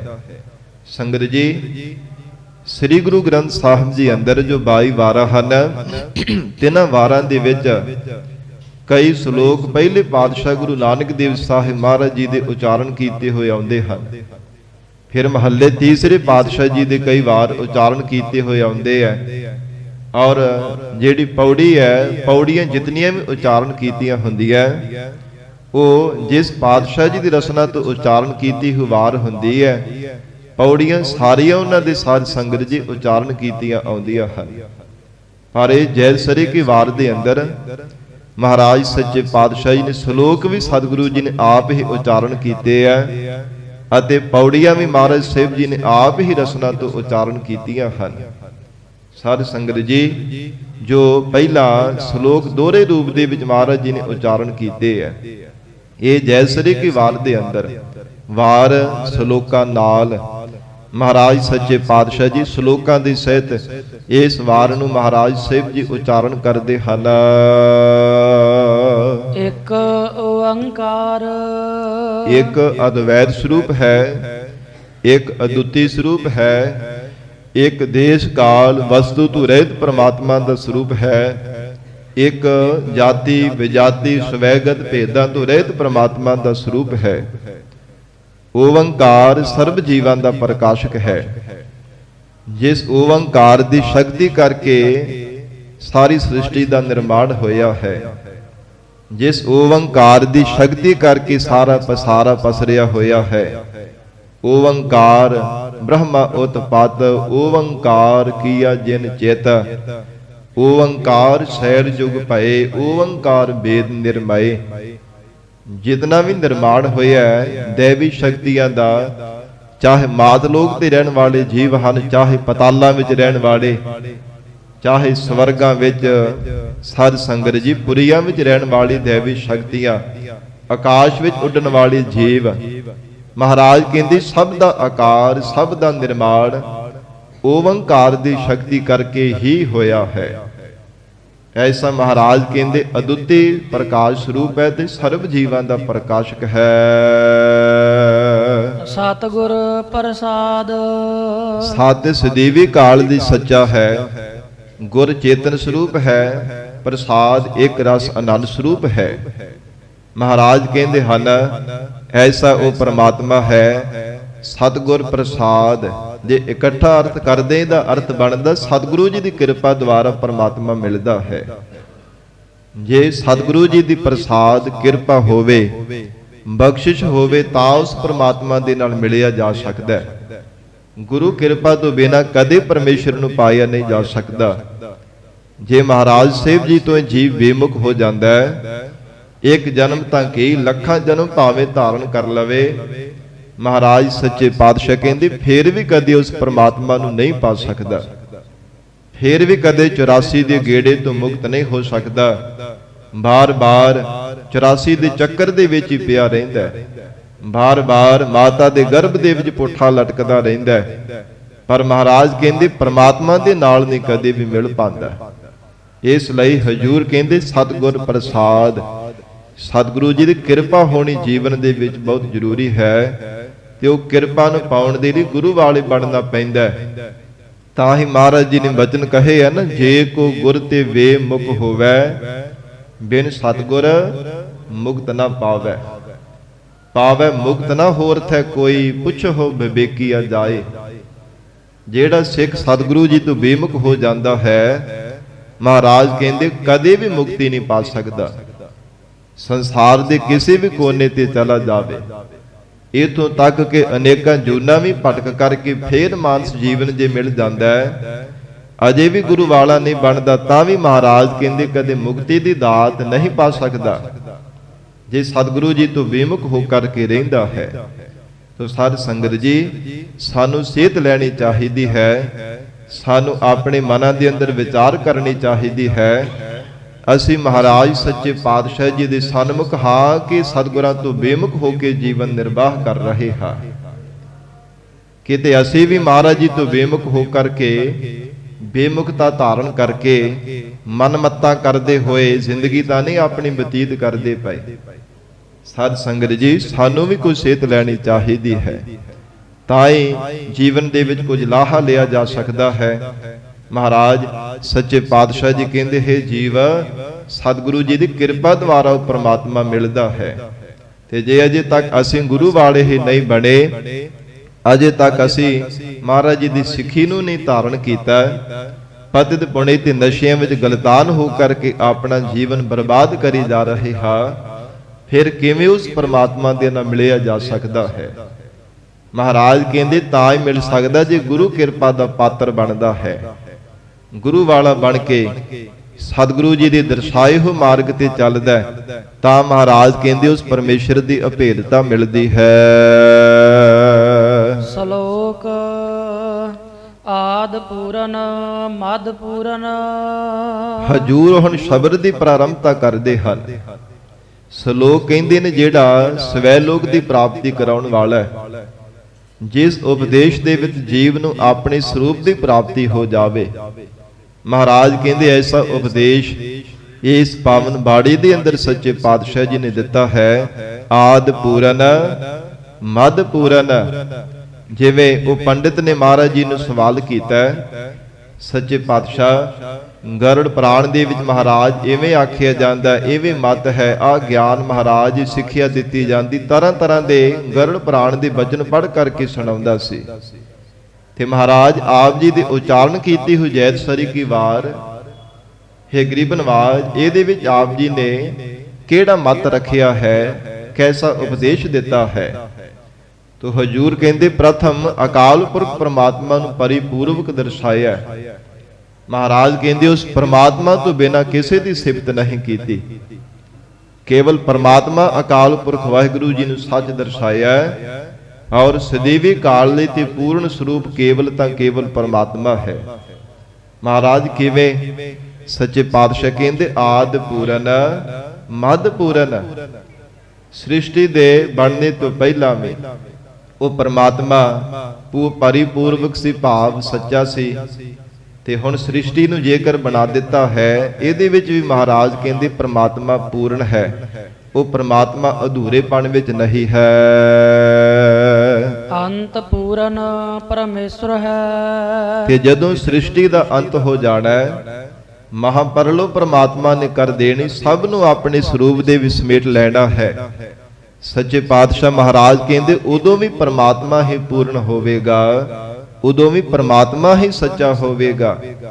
ਔਰ ਸਤਿਗੁਰੂ ਜੀ ਕਹਿਣ ਲੱਗੇ, ਹੈ ਪੰਡਿਤ ਜੀ, ਇਸ ਪਵਿੱਤਰ ਬਾਣੀ ਦੇ ਅੰਦਰ ਵੀ ਮਹਾਰਾਜ ਸਾਹਿਬ ਜੀ ਕਹਿੰਦੇ ਪਰਮਾਤਮਾ ਨੂੰ ਪਰਿਪੂਰਵਕ ਦਰਸਾਇਆ ਹੈ। ਬਾਣੀ ਦੀ ਆਦ ਪ੍ਰਾਰੰਭਤਾ ਦੇ ਵਿੱਚ ਵੀ ਮਹਾਰਾਜ ਕਹਿੰਦੇ ਪਰਮਾਤਮਾ ਨੂੰ ਪੂਰਨ ਰੂਪ ਵਿੱਚ ਦਰਸਾਇਆ ਕਿ ਪਰਮਾਤਮਾ ਪਰਿਪੂਰਵਕ ਹੈ, ਕੇਵਲ ਪਰਮਾਤਮਾ ਹੀ ਸੱਚਾ ਹੈ। ਮਦ ਪੂਰਨ। ਔਰ ਇਸ ਪਵਿੱਤਰ ਗੁਰਬਾਣੀ ਦੇ ਮੱਧ ਭਾਗ ਦੇ ਅੰਦਰ ਵੀ ਮਹਾਰਾਜ ਕਹਿੰਦੇ ਕੋ ਪੜ੍ਹ ਕਰਕੇ ਵਿਚਾਰ ਕੇ ਦੇਖ ਲਵੇ, ਅਕਾਲ ਪੁਰਖ ਪਰਮਾਤਮਾ ਨੂੰ ਹੀ ਪਰਿਪੂਰਵਕ ਪੂਰਨ ਰੂਪ ਦੇ ਵਿੱਚ ਦਰਸਾਇਆ ਹੈ। ਅੰਤ ਪੂਰਨ ਪਰਮੇਸ਼ਰ ਹੈ। ਅਤੇ ਇਸ ਪਵਿੱਤਰ ਗੁਰਬਾਣੀ ਦੇ ਸਮਾਪਤੀ ਅੰਤ ਦੇ ਵਿੱਚ ਵੀ ਪਰਮਾਤਮਾ ਨੂੰ ਹੀ ਪਰਿਪੂਰਵਕ ਦਰਸਾਇਆ ਹੈ ਕਿ ਇੱਕ ਪਰਮੇਸ਼ਰ ਹੀ ਸਦੀਵੀ ਕਾਲ ਲਈ ਸੱਚਾ ਹੈ। ਔਰ ਫਿਰ ਇਹ ਪੰਕਤੀ ਪੜੋ ਜੀ। ਆਦ ਪੂਰਨ ਮਦ ਪੂਰਨ। ਗਰੀਬ ਨਵਾਜ ਗੁਰੂ ਅਰਜਨ ਦੇਵ ਸਾਹਿਬ ਮਹਾਰਾਜ ਅੰਤਰੀ ਭਾਵ ਦੇ ਵਿੱਚ ਉਪਦੇਸ਼ ਦਿੰਦੇ ਹਨ ਕਿ ਜੀਵ ਦਾ ਜਦੋਂ ਜਨਮ ਹੁੰਦਾ ਹੈ, ਭਾਵ ਆਦ ਪੂਰਨ ਮਾਤਾ ਦੇ ਗਰਭ ਦੇ ਵਿੱਚ ਜਦੋਂ ਨਿਮਿਆ ਜਾਂਦਾ ਹੈ, ਬੜਾ ਕੋਮਲ ਜਿਹਾ ਤੇ ਸੂਖਮ ਛੋਟੇ ਜਿਹੇ ਆਕਾਰ ਦਾ ਜੀਵ ਹੁੰਦਾ ਹੈ। ਮਹਾਰਾਜ ਕਹਿੰਦੇ ਸੰਸਾਰ ਦੇ ਵਿੱਚ ਜਨਮ ਹੋਣ ਤੋਂ ਪਹਿਲਾਂ ਵੀ ਪਰਮਾਤਮਾ ਪੂਰਨ ਰੂਪ ਹੋ ਕਰਕੇ ਜੋਤ ਰੂਪ ਹੋ ਕੇ ਜੀਵ ਦੇ ਅੰਦਰ ਵਰਤ ਰਿਹਾ ਸੀਗਾ। ਤੇ ਮਦ ਪੂਰਨ ਜਦੋਂ ਸੰਸਾਰ ਦੇ ਵੀ ਜਨਮ ਹੋਇਆ, ਇਹ ਜੀਵ ਆਪਣਾ ਜੀਵਨ ਨਿਰਵਾਹ ਕਰਦਾ ਹੈ। ਜੀਵਨ ਕਾਲ ਦੌਰਾਨ ਵੀ ਪ੍ਰਮਾਤਮਾ ਪੂਰਨ ਰੂਪ ਹੋ ਕਰਕੇ ਜੀਵ ਦੇ ਅੰਦਰ ਵਰਤਦਾ ਹੈ। ਔਰ ਅੰਤ ਪੂਰਨ ਪਰਮੇਸ਼ਰ ਹੈ। ਜਦੋਂ ਅੰਤ ਸਮਾਂ ਹੋ ਜਾਂਦਾ ਹੈ, ਪੰਜ ਭੌਤਿਕ ਸਰੀਰ ਨੂੰ ਤਿਆਗ ਦਿੰਦਾ ਹੈ, ਉਸ ਸਮੇਂ ਵੀ ਮਹਾਰਾਜ ਕਹਿੰਦੇ ਪੂਰਨ ਅਕਾਲ ਪੁਰਖ ਪ੍ਰਮਾਤਮਾ ਵਰਤਦਾ ਹੈ। ਉਸ ਪ੍ਰਮਾਤਮਾ ਤੋਂ ਬਿਨਾਂ ਕੋਈ ਸੱਚਾ ਨਹੀਂ ਹੈ। ਔਰ ਇਸੇ ਪ੍ਰਕਾਰ ਜਿਵੇਂ ਸਾਧ ਸੰਗਤ ਜੀ ਤਿੰਨ ਸਮੇਂ ਹਨ, ਭੂਤ, ਭਵਿੱਖਤ ਤੇ ਵਰਤਮਾਨ, ਭਾਵ ਲੰਘਿਆ ਹੋਇਆ ਸਮਾਂ, ਚੱਲ ਰਿਹਾ ਸਮਾਂ ਅਤੇ ਸਾਧ ਸੰਗਤ ਜੀ ਆਉਣ ਵਾਲਾ ਸਮਾਂ। ਸੰਸਕ੍ਰਿਤ ਭਾਸ਼ਾ ਦੇ ਵਿੱਚ ਇਹਨਾਂ ਨੂੰ ਭੂਤ, ਭਵਿੱਖਤ ਤੇ ਵਰਤਮਾਨ ਸਮੇਂ ਕਿਹਾ ਜਾਂਦਾ ਹੈ। ਸਾਧ ਸੰਗਤ ਜੀ ਜਿਹੜਾ ਭੂਤ ਕਾਲ ਭਾਵ ਲੰਘਿਆ ਹੋਇਆ ਸਮਾਂ ਹੈ, ਉਹਦੇ ਵਿੱਚ ਵੀ ਮਹਾਰਾਜ ਕਹਿੰਦੇ ਪ੍ਰਮਾਤਮਾ ਸੱਚਾ ਸੀ, ਪਰਿਪੂਰਵਕ ਸੀਗਾ। ਔਰ ਜਿਹੜਾ ਵਰਤਮਾਨ ਸਮਾਂ ਹੈ, ਇਹਦੇ ਵਿੱਚ ਵੀ ਪ੍ਰਮਾਤਮਾ ਪੂਰਨ ਰੂਪ ਦੇ ਵਿੱਚ ਵਰਤ ਰਿਹਾ ਹੈ। ਔਰ ਭਵਿੱਖਤ ਕਾਲ ਜੋ ਆਉਣ ਵਾਲਾ ਸਮਾਂ ਹੈ, ਉਹਦੇ ਵਿੱਚ ਵੀ ਪ੍ਰਮਾਤਮਾ ਪੂਰਨ ਰੂਪ ਦੇ ਵਿੱਚ ਹੋਵੇਗਾ। ਔਰ ਇਸੇ ਪ੍ਰਕਾਰ ਸਾਧ ਸੰਗਤ ਜੀ ਮਹਾਰਾਜ ਜੀ ਨੇ ਉਪਦੇਸ਼ ਵੀ ਦਿੱਤਾ ਇਹਨਾਂ ਪ੍ਰਥਮ ਪੰਕਤੀਆਂ ਦੇ ਅੰਦਰ, ਹੈ ਜੀਵ ਜ਼ਿੰਦਗੀ ਦੇ ਅੰਦਰ ਜਿਵੇਂ ਕੋਈ ਸ਼ਰਵਣ ਫਿਰ ਮੰਨਣ ਤੇ ਫਿਰ ਨਿਧਿਆਸਣ ਕਰਦਾ ਹੈ। ਮਹਾਰਾਜ ਕਹਿੰਦੇ ਜੇ ਪ੍ਰਮਾਤਮਾ ਦੇ ਜਸ ਨੂੰ ਸਰਵਣ ਕਰਨਾ ਹੈ, ਸੱਚੇ ਪਾਤਸ਼ਾਹ ਕਹਿੰਦੇ ਆਦ ਪੂਰਨ, ਪਹਿਲਾਂ ਸੁਣਨਾ ਪੈਂਦਾ, ਫਿਰ ਮੰਨਿਆ ਜਾਂਦਾ, ਫਿਰ ਜੀਵਨ ਦੇ ਵਿੱਚ ਕਮਾਈ ਕੀਤੀ ਜਾਂਦੀ ਹੈ। ਮਹਾਰਾਜ ਸੱਚੇ ਪਾਤਸ਼ਾਹ ਕਹਿੰਦੇ ਜੇ ਪ੍ਰਮਾਤਮਾ ਦਾ ਜਸ ਸੁਣਨਾ ਹੈ ਤੇ ਪ੍ਰਮਾਤਮਾ ਨੂੰ ਪੂਰਨ ਰੂਪ ਦੇ ਵਿੱਚ ਪਰਿਪੂਰਵਕ ਜਾਣ ਕਰਕੇ ਸੁਣਿਆ ਕਰ। ਸ਼ਰਧਾ ਵਿਸ਼ਵਾਸ ਦੇ ਕੰਨਾਂ ਨੂੰ ਧਾਰਨ ਕਰਕੇ ਸਰਵਣ ਕਰਿਆ ਕਰ ਕਿ ਪ੍ਰਮਾਤਮਾ ਮੇਰੇ ਕੋਲ ਹੀ ਬੈਠਾ ਹੈ, ਪ੍ਰਮਾਤਮਾ ਮੇਰੇ ਤੋਂ ਦੂਰ ਨਹੀਂ ਹੈ। ਔਰ ਇਦਾਂ ਦੀ ਮਨ ਵਿੱਚ ਭਾਵਨਾ ਬਣਾ ਕੇ ਮਹਾਰਾਜ ਕਹਿੰਦੇ ਸਰਵਣ ਕਰਿਆ ਕਰ। ਮਦ ਪੂਰਨ ਤੇ ਜੇਕਰ ਮੰਨਣ ਕਰਨਾ ਹੈ, ਉਸ ਸਮੇਂ ਵੀ ਮਹਾਰਾਜ ਕਹਿੰਦੇ ਮਨ ਵਿੱਚ ਭਾਵਨਾ ਇੰਨਾ ਮਹਾਰਾਜ ਕਹਿੰਦੇ ਇੰਨਾ ਭਰੋਸਾ ਹੋਵੇ, ਇੰਨਾ ਵਿਸ਼ਵਾਸ ਹੋਵੇ ਕਿ ਪ੍ਰਮਾਤਮਾ ਪਰਿਪੂਰਵਕ ਹੈ, ਇੰਨਾ ਜ਼ਿਆਦਾ ਭਰੋਸਾ ਹੋਵੇ ਪਰਮੇਸ਼ਰ ਦੇ ਸਰੂਪ ਉੱਪਰ। ਫਿਰ ਮਹਾਰਾਜ ਕਹਿੰਦੇ ਜੇ ਨਿਧਿਆਸਣ ਕਮਾਈ ਕਰਨੀ, ਉਸ ਸਮੇਂ ਵੀ ਇਹ ਮਨ ਵਿੱਚ ਭਾਵਨਾ ਤੇ ਭਰੋਸਾ ਹੋਵੇ ਕਿ ਜੇ ਮੈਨੂੰ ਨਹੀਂ ਪ੍ਰਮਾਤਮਾ ਦਿਸਦਾ ਪਿਆ, ਪ੍ਰਮਾਤਮਾ ਤੇ ਮੈਨੂੰ ਦੇਖਦਾ ਪਿਆ ਹੀ ਹੈ ਨਾ। ਵੱਖਰੀ ਗੱਲ ਹੈ ਮੇਰੀ ਮੱਤ ਤੇ ਭਰਮ ਦਾ ਪੜਦਾ ਪਿਆ ਹੋਇਆ, ਮੋਹ ਮਮਤਾ ਦੀ ਕਨਾਤ ਮੇਰੀ ਮੱਤ ਤੇ ਪਈ ਹੋਈ ਹੈ, ਪਰ ਪਰਮੇਸ਼ਰ ਤਾਂ ਮੇਰੇ ਨੂੰ ਦੇਖਦਾ ਪਿਆ ਹੀ ਹੈ ਨਾ। ਠੀਕ ਹੈ, ਜੇ ਮੇਰੇ ਕੋਲ ਵਿਚਾਰ ਰੂਪੀ ਨਿਗਾਹ ਨਹੀਂ ਹੈ, ਮੇਰੇ ਕੋਲ ਉਹ ਦੇਖਣ ਵਾਲੀ ਅੱਖ ਨਹੀਂ ਹੈ, ਪਰ ਪਰਮਾਤਮਾ ਦੇ ਕੋਲ ਤਾਂ ਨੇਤਰ ਹੈਗੇ ਹਨ ਜਿਨ੍ਹਾਂ ਦੇ ਨਾਲ ਸਾਨੂੰ ਸਾਰੇ ਜੀਵਾਂ ਨੂੰ, ਸਭ ਸ੍ਰਿਸ਼ਟੀ ਦੇ ਜੀਵਾਂ ਨੂੰ ਹਰ ਸਮੇਂ ਦੇਖਦਾ ਰਹਿੰਦਾ ਹੈ। ਜੇ ਮੇਰੇ ਕੋਲ ਸ਼ਰਧਾ ਵਿਸ਼ਵਾਸ ਰੂਪ ਕੰਨਾਂ ਦੀ ਅਜੇ ਸ਼ਕਤੀ ਨਹੀਂ ਪ੍ਰਾਪਤ ਹੋਈ, ਪਰ ਪਰਮਾਤਮਾ ਦੇ ਕੋਲ ਤਾਂ ਉਹ ਕੰਨ ਹੈ ਜਿਨ੍ਹਾਂ ਦੇ ਨਾਲ ਸਾਰੀ ਸ੍ਰਿਸ਼ਟੀ ਦੇ ਜੀਵਾਂ ਦੀਆਂ ਗੱਲਾਂ ਨੂੰ, ਬਾਤਾਂ ਨੂੰ, ਸਭ ਨੂੰ ਸੁਣਦਾ ਪਿਆ ਹੈ। ਸਭ ਨੂੰ ਮਹਾਰਾਜ ਕਹਿੰਦੇ ਦੇਖਦਾ ਤੇ ਸੁਣਦਾ ਰਹਿੰਦਾ। ਐਸਾ ਮਹਾਰਾਜ ਕਹਿੰਦੇ ਮਨ ਵਿੱਚ ਪੂਰਨ ਵਿਸ਼ਵਾਸ ਹੋਵੇ, ਫਿਰ ਆਦ ਪੂਰਨ, ਮੱਧ ਪੂਰਨ, ਅੰਤ ਪੂਰਨ ਪਰਮੇਸ਼ਰ ਹੈ। ਫਿਰ ਜੀਵਨ ਦੇ ਅੰਦਰ ਮਹਾਰਾਜ ਸੱਚੇ ਪਾਤਸ਼ਾਹ ਕਹਿੰਦੇ ਜਸ ਸਰਵਣ ਕਰਦਿਆਂ ਹੋਇਆ, ਜਸ ਮੰਨਣ ਕਰਦਿਆਂ ਹੋਇਆ, ਜੀਵਨ ਵਿੱਚ ਕਮਾਈ ਕਰਦਿਆਂ ਹੋਇਆ ਪਰਮੇਸ਼ਰ ਦਾ ਭੈ ਮਨ ਦੇ ਵਿੱਚ ਬਣਿਆ ਰਹਿੰਦਾ ਹੈ। ਤੇ ਭੈ ਕਰਕੇ ਹੀ ਸਾਧ ਸੰਗਤ ਜੀ ਪ੍ਰਮਾਤਮਾ ਦੀ ਭਗਤੀ ਹੋ ਸਕਦੀ ਹੈ। ਜਿਸ ਮਨੁੱਖ ਦੇ ਮਨ ਵਿੱਚ ਭੈ ਨਹੀਂ, ਉਹ ਪ੍ਰਮਾਤਮਾ ਦੀ ਭਗਤੀ ਨਹੀਂ ਕਦੇ ਕਰ ਸਕਦਾ। ਹਾਂ, ਮੇਰੇ ਵਰਗਾ ਵਿਖਾਵਾ ਜ਼ਰੂਰ ਕੋਈ ਕਰ ਲਵੇ, ਭਾਵੇਂ ਲੱਖਾਂ ਵਾਰ ਕਰ ਕਰਕੇ ਦਿਖਾਈ ਜਾਵੇ, ਹਾਂ ਜੀ ਮੈਂ ਬੜੀ ਭਗਤੀ ਕਰਦਾ, ਹਾਂ ਜੀ ਮੈਂ ਬਹੁਤ ਗੁਰਬਾਣੀ ਪੜ੍ਹਦਾ, ਹਾਂ ਜੀ ਮੈਂ ਬਹੁਤਾ ਸੇਵਾ ਤੇ ਸਿਮਰਨ ਕਰਦਾ, ਉਹ ਵੱਖਰੀ ਗੱਲ ਹੈ। ਪਰ ਪੂਰਨ ਵਿਸ਼ਵਾਸ, ਮਨ ਵਿੱਚ ਭਾਵਨਾ, ਨਿਸ਼ਚਾ ਤੇ ਭਰੋਸਾ ਹੋਣਾ, ਉਹਦੇ ਲਈ ਭੈ ਹੋਣਾ ਸਭ ਤੋਂ ਜ਼ਰੂਰੀ ਹੈ। ਕੱਲ ਹੀ ਸਾਧ ਸੰਗਤ ਜੀ ਮਹਾਂਪੁਰਖਾਂ ਨੇ ਬਚਨ ਸੁਣਾਇਆ, ਸੰਤ ਬਾਬਾ ਨਰਿੰਦਰ ਸਿੰਘ ਜੀ ਮਹਾਂਪੁਰਖਾਂ ਨੇ, ਕਿ ਇੱਕੋ ਇੱਕ ਕਹਿੰਦੇ ਸਿਰੇ ਦਾ ਬਚਨ ਹੈ, ਜਿਨੇ ਰੱਬ ਨੂੰ ਮਿਲਣਾ ਹੈ ਉਹ ਮਨ ਵਿੱਚ ਭੈ ਤੇ ਭਾਵਨਾ ਬਣਾ ਲਵੇ। ਫਿਰ ਕਹਿੰਦੇ ਰੱਬ ਦੂਰ ਨਹੀਂ ਹੈ। ਮਨ ਵਿੱਚ ਭੈ ਹੋਵੇ, ਰੱਬ ਦਾ ਡਰ ਹੋਵੇ ਕਿ ਹਰ ਸਮੇਂ ਮੈਨੂੰ ਦੇਖਦਾ ਤੇ ਸੁਣਦਾ। ਠੀਕ ਹੈ, ਲੋਕਾਂ ਦੀ ਅੱਖੀ ਘੱਟਾ ਪਾ ਲਵਾਂਗੇ, ਰੱਬ ਤੋਂ ਕੌਣ ਸਾਨੂੰ ਛੁਪਾ ਸਕਦਾ। ਤੇ ਦੂਜੀ ਭਾਵਨਾ, ਭਾਵਨਾ ਕਹਿੰਦੇ ਨੇ ਪਿਆਰ ਨੇ। ਸਾਧ ਸੰਗਤ ਜੀ ਮਹਾਂਪੁਰਖਾਂ ਨੇ ਕੱਲ ਹੀ ਬਚਨ ਸੁਣਾਏ, ਕਹਿੰਦੇ ਭੈ ਤੇ ਭਾਵਨਾ ਹੋਵੇ ਉਹ ਰੱਬ ਦੇ ਨਾਲ ਮਿਲ ਸਕਦਾ ਹੈ। ਨਹੀਂ ਤੇ ਬਹੁਤ ਔਖਾ ਹੈ ਪਰਮਾਤਮਾ ਨੂੰ ਪਾਉਣਾ। ਇਸ ਮਾਰਗ ਤੇ ਚੱਲਣਾ ਕੋਈ ਸਾਧ ਸੰਗਤ ਜੀ ਖੇਡ ਨਹੀਂ ਹੈ, ਬੜਾ ਸੂਖਮ ਮਾਰਗ ਹੈ। ਮਹਾਰਾਜ ਸੱਚੇ ਪਾਤਸ਼ਾਹ ਨੇ ਖੰਡੇ ਦੀ ਧਾਰ ਦੇ ਨਾਲੋਂ ਤਿੱਖਾ ਮਾਰਗ ਦੱਸਿਆ ਕਿ ਖੰਡੇ ਦੀ ਧਾਰ ਦੇ ਨਾਲੋਂ ਤਿੱਖਾ ਰਸਤਾ ਹੈ। ਇਸ ਮਾਰਗ ਤੇ ਖਲੋਣਾ ਵੀ ਬੜਾ ਔਖਾ ਹੈ, ਚੱਲਣ ਦੀ ਤਾਂ ਬੜੀ ਦੂਰ ਦੀ ਗੱਲ ਹੈ। ਤੋ ਸਤਿ ਪਾਤਸ਼ਾਹ ਮਹਾਰਾਜ ਗਰੀਬ ਨਵਾਜ ਸਤਿਗੁਰੂ ਜੀ ਸਾਨੂੰ ਸਮਤ ਬਖਸ਼ਿਸ਼ ਕਰਨ। ਤੋ ਹਜੂਰ ਨੇ ਸਾਧ ਸੰਗਤ ਜੋ ਉਪਦੇਸ਼ ਦਿੱਤਾ ਹੈ, ਆਦ ਪੂਰਨ ਮਦ ਪੂਰਨ ਅੰਤ ਪੂਰਨ ਪਰਮੇਸ਼ਰ ਹੈ। ਸੱਚੇ ਪਾਤਸ਼ਾਹ ਮਹਾਰਾਜ ਕਹਿੰਦੇ ਹਨ, ਹੈ ਪ੍ਰਾਣ ਧਾਰੀ ਜੀਵ, ਉਹ ਸਭ ਥਾਵਾਂ ਤੇ ਪਰਮਾਤਮਾ ਨੂੰ ਪਰਿਪੂਰਵਕ ਜਾਣਨਾ ਕਰ। ਅਥਵਾ ਜੇ ਆਦ ਇੱਕ ਓੰਕਾਰ ਲੈ ਦੀ ਨਾ, ਗੁਰੂ ਕੀ ਬਾਣੀ ਦਾ ਪਹਿਲਾ ਜੋ ਸ਼ਬਦ ਹੈ ਇੱਕ ਓੰਕਾਰ, ਇਸ ਇੱਕ ਓੰਕਾਰ ਦੇ ਵਿੱਚ ਵੀ ਪਰਮਾਤਮਾ ਪੂਰਨ ਰੂਪ ਦੇ ਵਿੱਚ ਸਮਾਇਆ ਹੋਇਆ ਹੈ। ਇਦਾਂ ਦਾ ਮਨ ਵਿੱਚ ਨਿਸ਼ਚਾ ਹੋਵੇ ਕਿ ਪਰਮਾਤਮਾ ਹੀ ਹੈ। ਜੇ ਅਸੀਂ ਉਹ ਇੱਕ ਓੰਕਾਰ ਦਾ ਵੀ ਜਾਪ ਕਰਦੇ, ਜਿਵੇਂ ਕੱਲ ਮਹਾਂਪੁਰਖਾਂ ਨੇ ਬਚਨ ਦੱਸਿਆ ਸੀਗਾ, ਜਿਨ੍ਹਾਂ ਸੰਗਤਾਂ ਨੇ ਸਰਵਣ ਕੀਤਾ ਉਹਨਾਂ ਨੂੰ ਯਾਦ ਹੈ ਕਿ ਕੋਈ ਭਾਵਨਾ ਦੇ ਨਾਲ ਇੱਕ ਓੰਕਾਰ ਇਹਦਾ ਜਾਪ ਕਰੀ ਜਾਵੇ, ਉਹਨੂੰ ਵੀ ਪਰਮਾਤਮਾ ਮਿਲ ਜਾਂਦਾ ਹੈ। ਉਹਦੇ ਤੇ ਵੀ ਸਤਿਗੁਰੂ ਜੀ ਕਿਰਪਾ ਕਰਕੇ ਉਹਦਾ ਅਧੂਰਾਪਣ ਦੂਰ ਕਰਕੇ ਉਹਨੂੰ ਪੂਰਨਤਾ ਜੀਵਨ ਦੇ ਅੰਦਰ ਦੇ ਦਿੰਦੇ ਹਨ। ਤੇ ਸਾਰੀ ਸੰਗਤ ਜੀ, ਜੇ ਕੋਈ ਮੱਧ ਭਾਗ ਦੇ ਵਿੱਚ ਮਹਾਰਾਜ ਜੀ ਦੀ ਬਾਣੀ ਪੜ੍ਹਦਾ ਹੈ, ਜਿਵੇਂ ਅੱਜ ਮੱਧ ਭਾਗ ਦੇ ਵਿੱਚ ਵਾਰ ਆਈ ਹੈ, ਸੱਚੇ ਪਾਤਸ਼ਾਹ ਮਹਾਰਾਜ ਕਹਿੰਦੇ ਹਨ ਇਹਦੇ ਵਿੱਚ ਵੀ ਪਰਮਾਤਮਾ ਨੂੰ ਪੂਰਨ ਰੂਪ ਦੇ ਵਿੱਚ ਜਾਣਨਾ ਚਾਹੀਦਾ ਤੇ ਅੰਤ ਪੂਰਨ ਪਰਮੇਸ਼ਰ ਹੈ। ਜੇਕਰ ਗੁਰਬਾਣੀ ਦੀ ਜਦੋਂ ਸਮਾਪਤੀ ਹੁੰਦੀ ਹੈ, ਰਾਗ ਮਾਲਾ ਦੀ ਪਵਿੱਤਰ ਗੁਰਬਾਣੀ ਹੈ, ਸਾਧ ਸੰਗਤ ਜੀ ਜੇ ਉਸ ਗੁਰਬਾਣੀ ਪੜ੍ਹਦਾ ਸਮਾਪਤੀ ਕਰਨ ਲੱਗਦਾ, ਉਸ ਸਮੇਂ ਵੀ ਪਰਮਾਤਮਾ ਨੂੰ ਇਸ ਪਵਿੱਤਰ ਬਾਣੀ ਦੇ ਵਿੱਚ ਪੂਰਨ ਰੂਪ ਦੇ ਵਿੱਚ ਜਾਣਨਾ ਕਰੇ। ਕਿਉਂਕਿ ਖੇਮਾ ਕਰਨਾ ਅੱਜ ਇਸ ਰਾਗ ਮਾਲਾ ਪਾਵਨ ਬਾਣੀ ਦੀ ਵੀ ਆਪਾਂ ਸ਼ੰਕੇ ਕਰਨ ਲੱਗ ਪਏ ਹਾਂ। ਸੰਗਤ ਜੀ ਕਸੂਰ ਸਾਡਾ ਨਹੀਂ ਹੈ, ਕਸੂਰ ਜਿਹੜੇ ਸਾਧ ਸੰਗਤ ਜੀ ਸਾਡੇ ਵਿਦਵਾਨ ਵੀਰ ਹੈ ਨਾ, ਜਿਨ੍ਹਾਂ ਨੇ ਪ੍ਰਚਾਰ ਹੀ ਇਦਾਂ ਦਾ ਕੀਤਾ ਤੇ ਅਸੀਂ ਭੋਲੇ ਭਾਲੇ ਲੋਕ ਉਹਨਾਂ ਦੇ ਪਿੱਛੇ ਲੱਗ ਗਏ ਜੀ ਰਾਗ ਮਾਲਾ ਗੁਰੂ ਕੀ ਬਾਣੀ ਨਹੀਂ ਹੈ। ਕਿਉਂ ਨਹੀਂ ਗੁਰੂ ਕੀ ਬਾਣੀ? ਸਤਿਗੁਰੂ ਜੀ ਦੀ ਹੀ ਬਾਣੀ ਹੈ। ਇਹ ਸਾਡੇ ਮਨਾਂ ਵਿੱਚ ਸ਼ੰਕੇ ਪਾਏ ਗਏ ਆ। ਸ਼ਰਧਾ ਤੋਂ ਹੀਣੀਆਂ ਕਰਨ ਦੇ ਵਾਸਤੇ, ਸ਼ਰਧਾ ਰੂਪੀ ਜੜ ਸਾਡੇ ਹਿਰਦਿਓ ਪੁੱਟਣ ਦੇ ਲਈ ਸਾਧ ਸੰਗਤ ਜੀ ਇਦਾਂ ਦਾ ਪ੍ਰਚਾਰ ਕੀਤਾ ਜਾਂਦਾ ਹੈ।